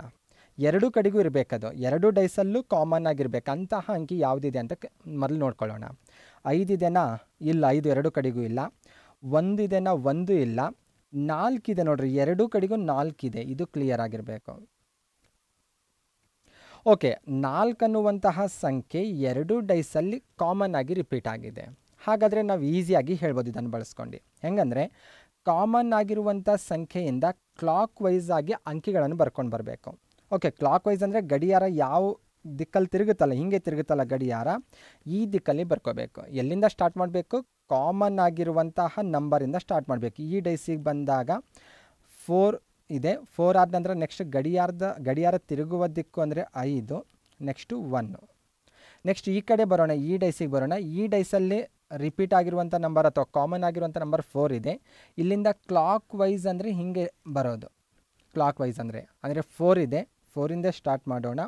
ನೆಕ್ಸ್ಟ್ 3 ಇದೆ, 3 ಇದೆ, ನೆಕ್ಸ್ಟ್ 6 ಬರುತ್ತೆ. ಓಕೆ, ಇಲ್ಲೇನು ಸಿಕ್ಕಿದಾವಲ್ಲ ಈ ನಂಬರ್ಸು, ಇವು ಒಂದಕ್ಕೊಂದು ಅಪೋಸಿಟ್ ಆಗಿರ್ತವೆ. ಅಂದರೆ 1ಕ್ಕೆ 6 ಅಪೋಸಿಟ್ ಇರುತ್ತೆ, 5ಕ್ಕೆ 3 ಅಪೋಸಿಟ್ ಇರುತ್ತೆ, 4ಕ್ಕೆ ಯಾವುದು ಅಪೋಸಿಟ್ ಇರುತ್ತೆ ಅಂದರೆ ಇಲ್ಲಿ ಈ 6 ಸಂಖ್ಯೆಗಳಲ್ಲಿ ಯಾವುದು ಮಿಸ್ ಆಗಿರುತ್ತಲ್ಲ ನಂಬರು, ಆ ಸಂಖ್ಯೆನೇ ಈ 4ಕ್ಕೆ ಅಥವಾ ಈ ರಿಪೀಟ್ ಆಗಿರುವಂಥ ಅಂಕಿಗೆ ಅಪೋಸಿಟ್ ಆಗಿರುತ್ತೆ. ಅಂದರೆ 2ಕ್ಕೆ ಅಭಿಮುಖವಾಗಿರುವಂಥ ಸಂಖ್ಯೆ 4 ಅಂತ ಹೇಳ್ಬೋದು. ಓಕೆ, ನೆಕ್ಸ್ಟ್ ಬಾಡ್ಮಸ್ಗೆ ರಿಲೇಟೆಡ್ ಆಗಿರುವಂಥ ಪ್ರಶ್ನೆ ಇದೆ. ಓಕೆ, ಕ್ವಶನ್ ಕ್ಲಿಯರ್ ಆಗಿ ಇಲ್ಲಿ ಕಾಣಿಸ್ತಾ ಇದೆ ನೋಡಿರಿ. ಓಕೆ, ಇಷ್ಟೊಂದು ಲೆಕ್ಕಗಳು ಒಟ್ಟಿಗೆ ಬಂದಾಗ, ಇಲ್ಲಿ ಬ್ರ್ಯಾಕೆಟ್ಸ್ ಇದ್ದಾವೆ, ಪ್ಲಸ್ ಇದೆ, ಇಂಟು, ಮೈನಸ್, ಡಿವಿಷನ್ ಎಲ್ಲಗಳು ಒಟ್ಟಿಗೆ ಬಂದಾಗ ನಾವು ಬಾಡ್ಮಸ್ ನಿಯಮವನ್ನು ಬಳಸ್ಕೊಂಡು ಈ ಲೆಕ್ಕವನ್ನು ಬಿಡಿಸಬೇಕು. ಫಸ್ಟಿಗೆ ಯಾವುದನ್ನು ಬಿಡಿಸ್ಬೇಕು, ಬ್ರ್ಯಾಕೆಟ್ನಲ್ಲಿರುವಂಥ ಲೆಕ್ಕಗಳನ್ನು ಫಸ್ಟು ಸಾಲ್ವ್ ಮಾಡಬೇಕು. ಆಮೇಲೆ ಆಫ್ ಅಂದರೆ ವಿಶಿಷ್ಟ ಗುಣಾಕಾರ ಅಂತ ಕನ್ನಡದಲ್ಲಿ ಕೆಲವೊಮ್ಮೆ ರ ಅಂತ ಬಳಸ್ತಾರೆ, ಲೆಕ್ಕದ ಮಧ್ಯದಲ್ಲೇ ರ ಅಂತ ಬಳಸ್ತಾರೆ. ಫಾರ್ ಎಕ್ಸಾಂಪಲ್ 36 ರ 14 ಹೀಗೆಲ್ಲ ಬಳಸ್ತಾ ಇರ್ತಾರೆ, ಕೆಲವೊಂದು ಕಡೆಗೆ ಬರ್ತಾ ಇರುತ್ತೆ. ಅಥವಾ ಇಂಗ್ಲೀಷಲ್ಲಿ ಕೆಲವೊಮ್ಮೆ ಆಫ್ ಅಂತೇ ಬಳಸ್ಬೋದು ಪರ್ಟಿಕ್ಯುಲರ್ ಆಗಿ, ಅದನ್ನು ಬಿಡಿಸ್ಬೇಕು. ಆಮೇಲೆ ಭಾಗಾಕಾರ ಲೆಕ್ಕ, ಆಮೇಲೆ ಇಂಟು, ಆಮೇಲೆ ಎಡಿಷನ್, ಆಮೇಲೆ ಮೈನಸ್ ಲೆಕ್ಕ ಮಾಡ್ತಾ ಹೋಗಬೇಕು. ಒಟ್ಟಿನಲ್ಲಿ ಇಷ್ಟೊಂದು ಚಿಹ್ನೆಗಳು ಒಟ್ಟಿಗೆ ಬಂದಾಗ ಬಾಡ್ಮಸ್ ಫಾರ್ಮುಲಾವನ್ನೇ ನೀವು ಫಾಲೋ ಮಾಡಿದ್ರೆ ಈಸಿಯಾಗಿ ಸೊಲ್ಯೂಷನ್ ಸಿಗುತ್ತೆ. ಓಕೆ, ಬಾಡ್ಮಸ್ ನಿಯಮದ ಪ್ರಕಾರ ಫಸ್ಟಿಗೆ ನಾವು ಬಿಡಿಸಬೇಕಾಗಿದೆ ಯಾವುದು, ಬ್ರ್ಯಾಕೆಟಲ್ಲಿರುವಂತಹ ಲೆಕ್ಕಗಳನ್ನು ಫಸ್ಟ್ ಕ್ಲಿಯರ್ ಮಾಡ್ಕೋಬೇಕು. ರಿಮೈನಿಂಗ್ ಎಲ್ಲ ಅಂಕಿಗಳನ್ನು ಹಾಗೆ ಬರ್ಕೊಳ್ಳೋಣ. 36 ಇದೆ, -2 ಇದೆ. ಬ್ರ್ಯಾಕೆಟಲ್ಲಿ ಫಸ್ಟಿಗೆ ಯಾವತ್ತು ಬಿಡಿಸ್ಬೇಕು, ವಿಶಿಷ್ಟ ಗುಣಾಕಾರ ಇದ್ದರೆ ವಿಶಿಷ್ಟ ಗುಣಾಕಾರ ಬಿಡಿಸೋಣ, ವಿಶಿಷ್ಟ ಗುಣಾಕಾರ ಇಲ್ಲ. ಡಿವಿಷನ್ ಇದ್ದರೆ ಡಿವಿಷನ್ ಬಿಡಿಸೋಣ, ಡಿವಿಷನ್ ಇಲ್ಲಿದೆ ನೋಡಿರಿ. 4ರಿಂದ 12ಕ್ಕೆ ಭಾಗಿಸ್ಬೇಕು, ಭಾಗಿಸಿದ್ರೆ ಅದರ ಆನ್ಸರ್ ಎಷ್ಟು ಬರುತ್ತೆ, 3 ಬರುತ್ತೆ, ಅಥವಾ 4 3s ಅಂತ ನಿಮಗೆ ಗೊತ್ತಿದೆ, ಅಥವಾ ಇಲ್ಲಿ ರಫಲ್ಲಿ ಭಾಗಿಸಿ ತೋರಿಸ್ತೀನಿ ನೋಡಿರಿ. 4 3 12 ಅಂತ. ಓಕೆ, ಈ 3ಅನ್ನೇ ನಾವಿಲ್ಲಿ ಆನ್ಸರ್ ಅಂತ ಇಟ್ಕೊಳ್ಳೋಣ. ರಿಮೈನಿಂಗ್ ಎಲ್ಲ ಅಂಕಿಯನ್ನು ಹಾಗೆ ಇಟ್ಕೊಳ್ತೀನಿ ನೋಡಿರಿ ನಾನೀಗ. ಇಂಟು 3 -2 ಇಂಟು 2 ಬ್ರ್ಯಾಕೆಟ್ ಕ್ಲೋಸ್ +10 ಇದೆ. ಡಿವಿಷನ್ ಕಂಪ್ಲೀಟ್ ಆದಮೇಲೆ ನೆಕ್ಸ್ಟ್ ಗುಣಾಕಾರಕ್ಕೆ ಹೋಗೋಣ. ಗುಣಾಕಾರ ಅದು ಬ್ರ್ಯಾಕೆಟಲ್ಲೇ ಇದೆ, ಗುಣಾಕಾರ 2 ಇದಾವೆ ನೋಡಿರಿ, 2 ಎಟ್ ಅ ಟೈಮ್ ಬಿಡಿಸ್ಬೋದು ನಾವು. 36 -2 ಬ್ರ್ಯಾಕೆಟಲ್ಲಿ 3 3s 9 ಆಗುತ್ತೆ, 2 2s 4 ಆಗುತ್ತೆ, +10 ಹಾಗೆ ಬರ್ಕೊಳ್ಳೋದು. ಓಕೆ, ಬ್ರ್ಯಾಕೆಟ್ ಒಳಗಡೆ ಇರುವಂಥದ್ದನ್ನು ಕ್ಲಿಯರ್ ಮಾಡ್ಕೊಳ್ಳೋಣ. ಇನ್ನು ಬ್ರ್ಯಾಕೆಟ್ ಒಳಗಡೆ ಮೈನಸ್ ಇದೆ, ಅಂದರೆ ಬ್ರ್ಯಾಕೆಟ್ ಒಳಗಡೆ ಮೈನಸ್ಸು, ಹೊರಗಡೆ ಬಂದರೆ ಇಲ್ಲಿ ಪ್ಲಸ್ ಇದೆ. ಇಲ್ಲಿ ಯಾವತ್ತು ಬಿಡಿಸ್ಬೇಕು ಅನ್ನೋದು ನಿಮಗೆ ಮತ್ತೆ ಕನ್ಫ್ಯೂಷನ್ ಆಗ್ಬೋದು. ಬಾಡ್ಮಸ್ ಪ್ರಕಾರ ಎಡಿಷನ್ ಮೊದಲು ಮಾಡಬೇಕು, ಆಮೇಲೆ ಮೈನಸ್ ಮಾಡಬೇಕಂತ ಹೇಳಿದ್ದೀನಿ. ಆದರೆ ಬ್ರ್ಯಾಕೆಟ್ ಒಳಗಡೆನೇ ನೋಡ್ಕೋಬೇಕು ನಾವು ಫಸ್ಟ್. ಈಗ ಬ್ರ್ಯಾಕೆಟ್ ಒಳಗಡೆ ನೋಡ್ಕೊಂಡು ಆಮೇಲೆ ಎಲ್ಲ ಅಂಕಿಗಳು ಬ್ರ್ಯಾಕೆಟ್ ಹೊರಗಡೆ ಬಂದಾಗ ಮತ್ತೆ ನಾವಲ್ಲಿ ಪ್ಲಸ್ಸು ಮೈನಸ್ ಇಂಟು ಎಲ್ಲ ಕೌಂಟ್ ಮಾಡಬೇಕು. ಹಾಗಾಗಿ ಬ್ರ್ಯಾಕೆಟ್ ಹೊರಗಡೆ ಏನಿದೆ ನೋಡ್ಕೊಳ್ಳೋಣ. 36 -2 ಬ್ರ್ಯಾಕೆಟ್ ಒಳಗಡೆ ಎಷ್ಟು, 9ರಲ್ಲಿ 4 ಹೋದರೆ 5 +10 ಇದೆ.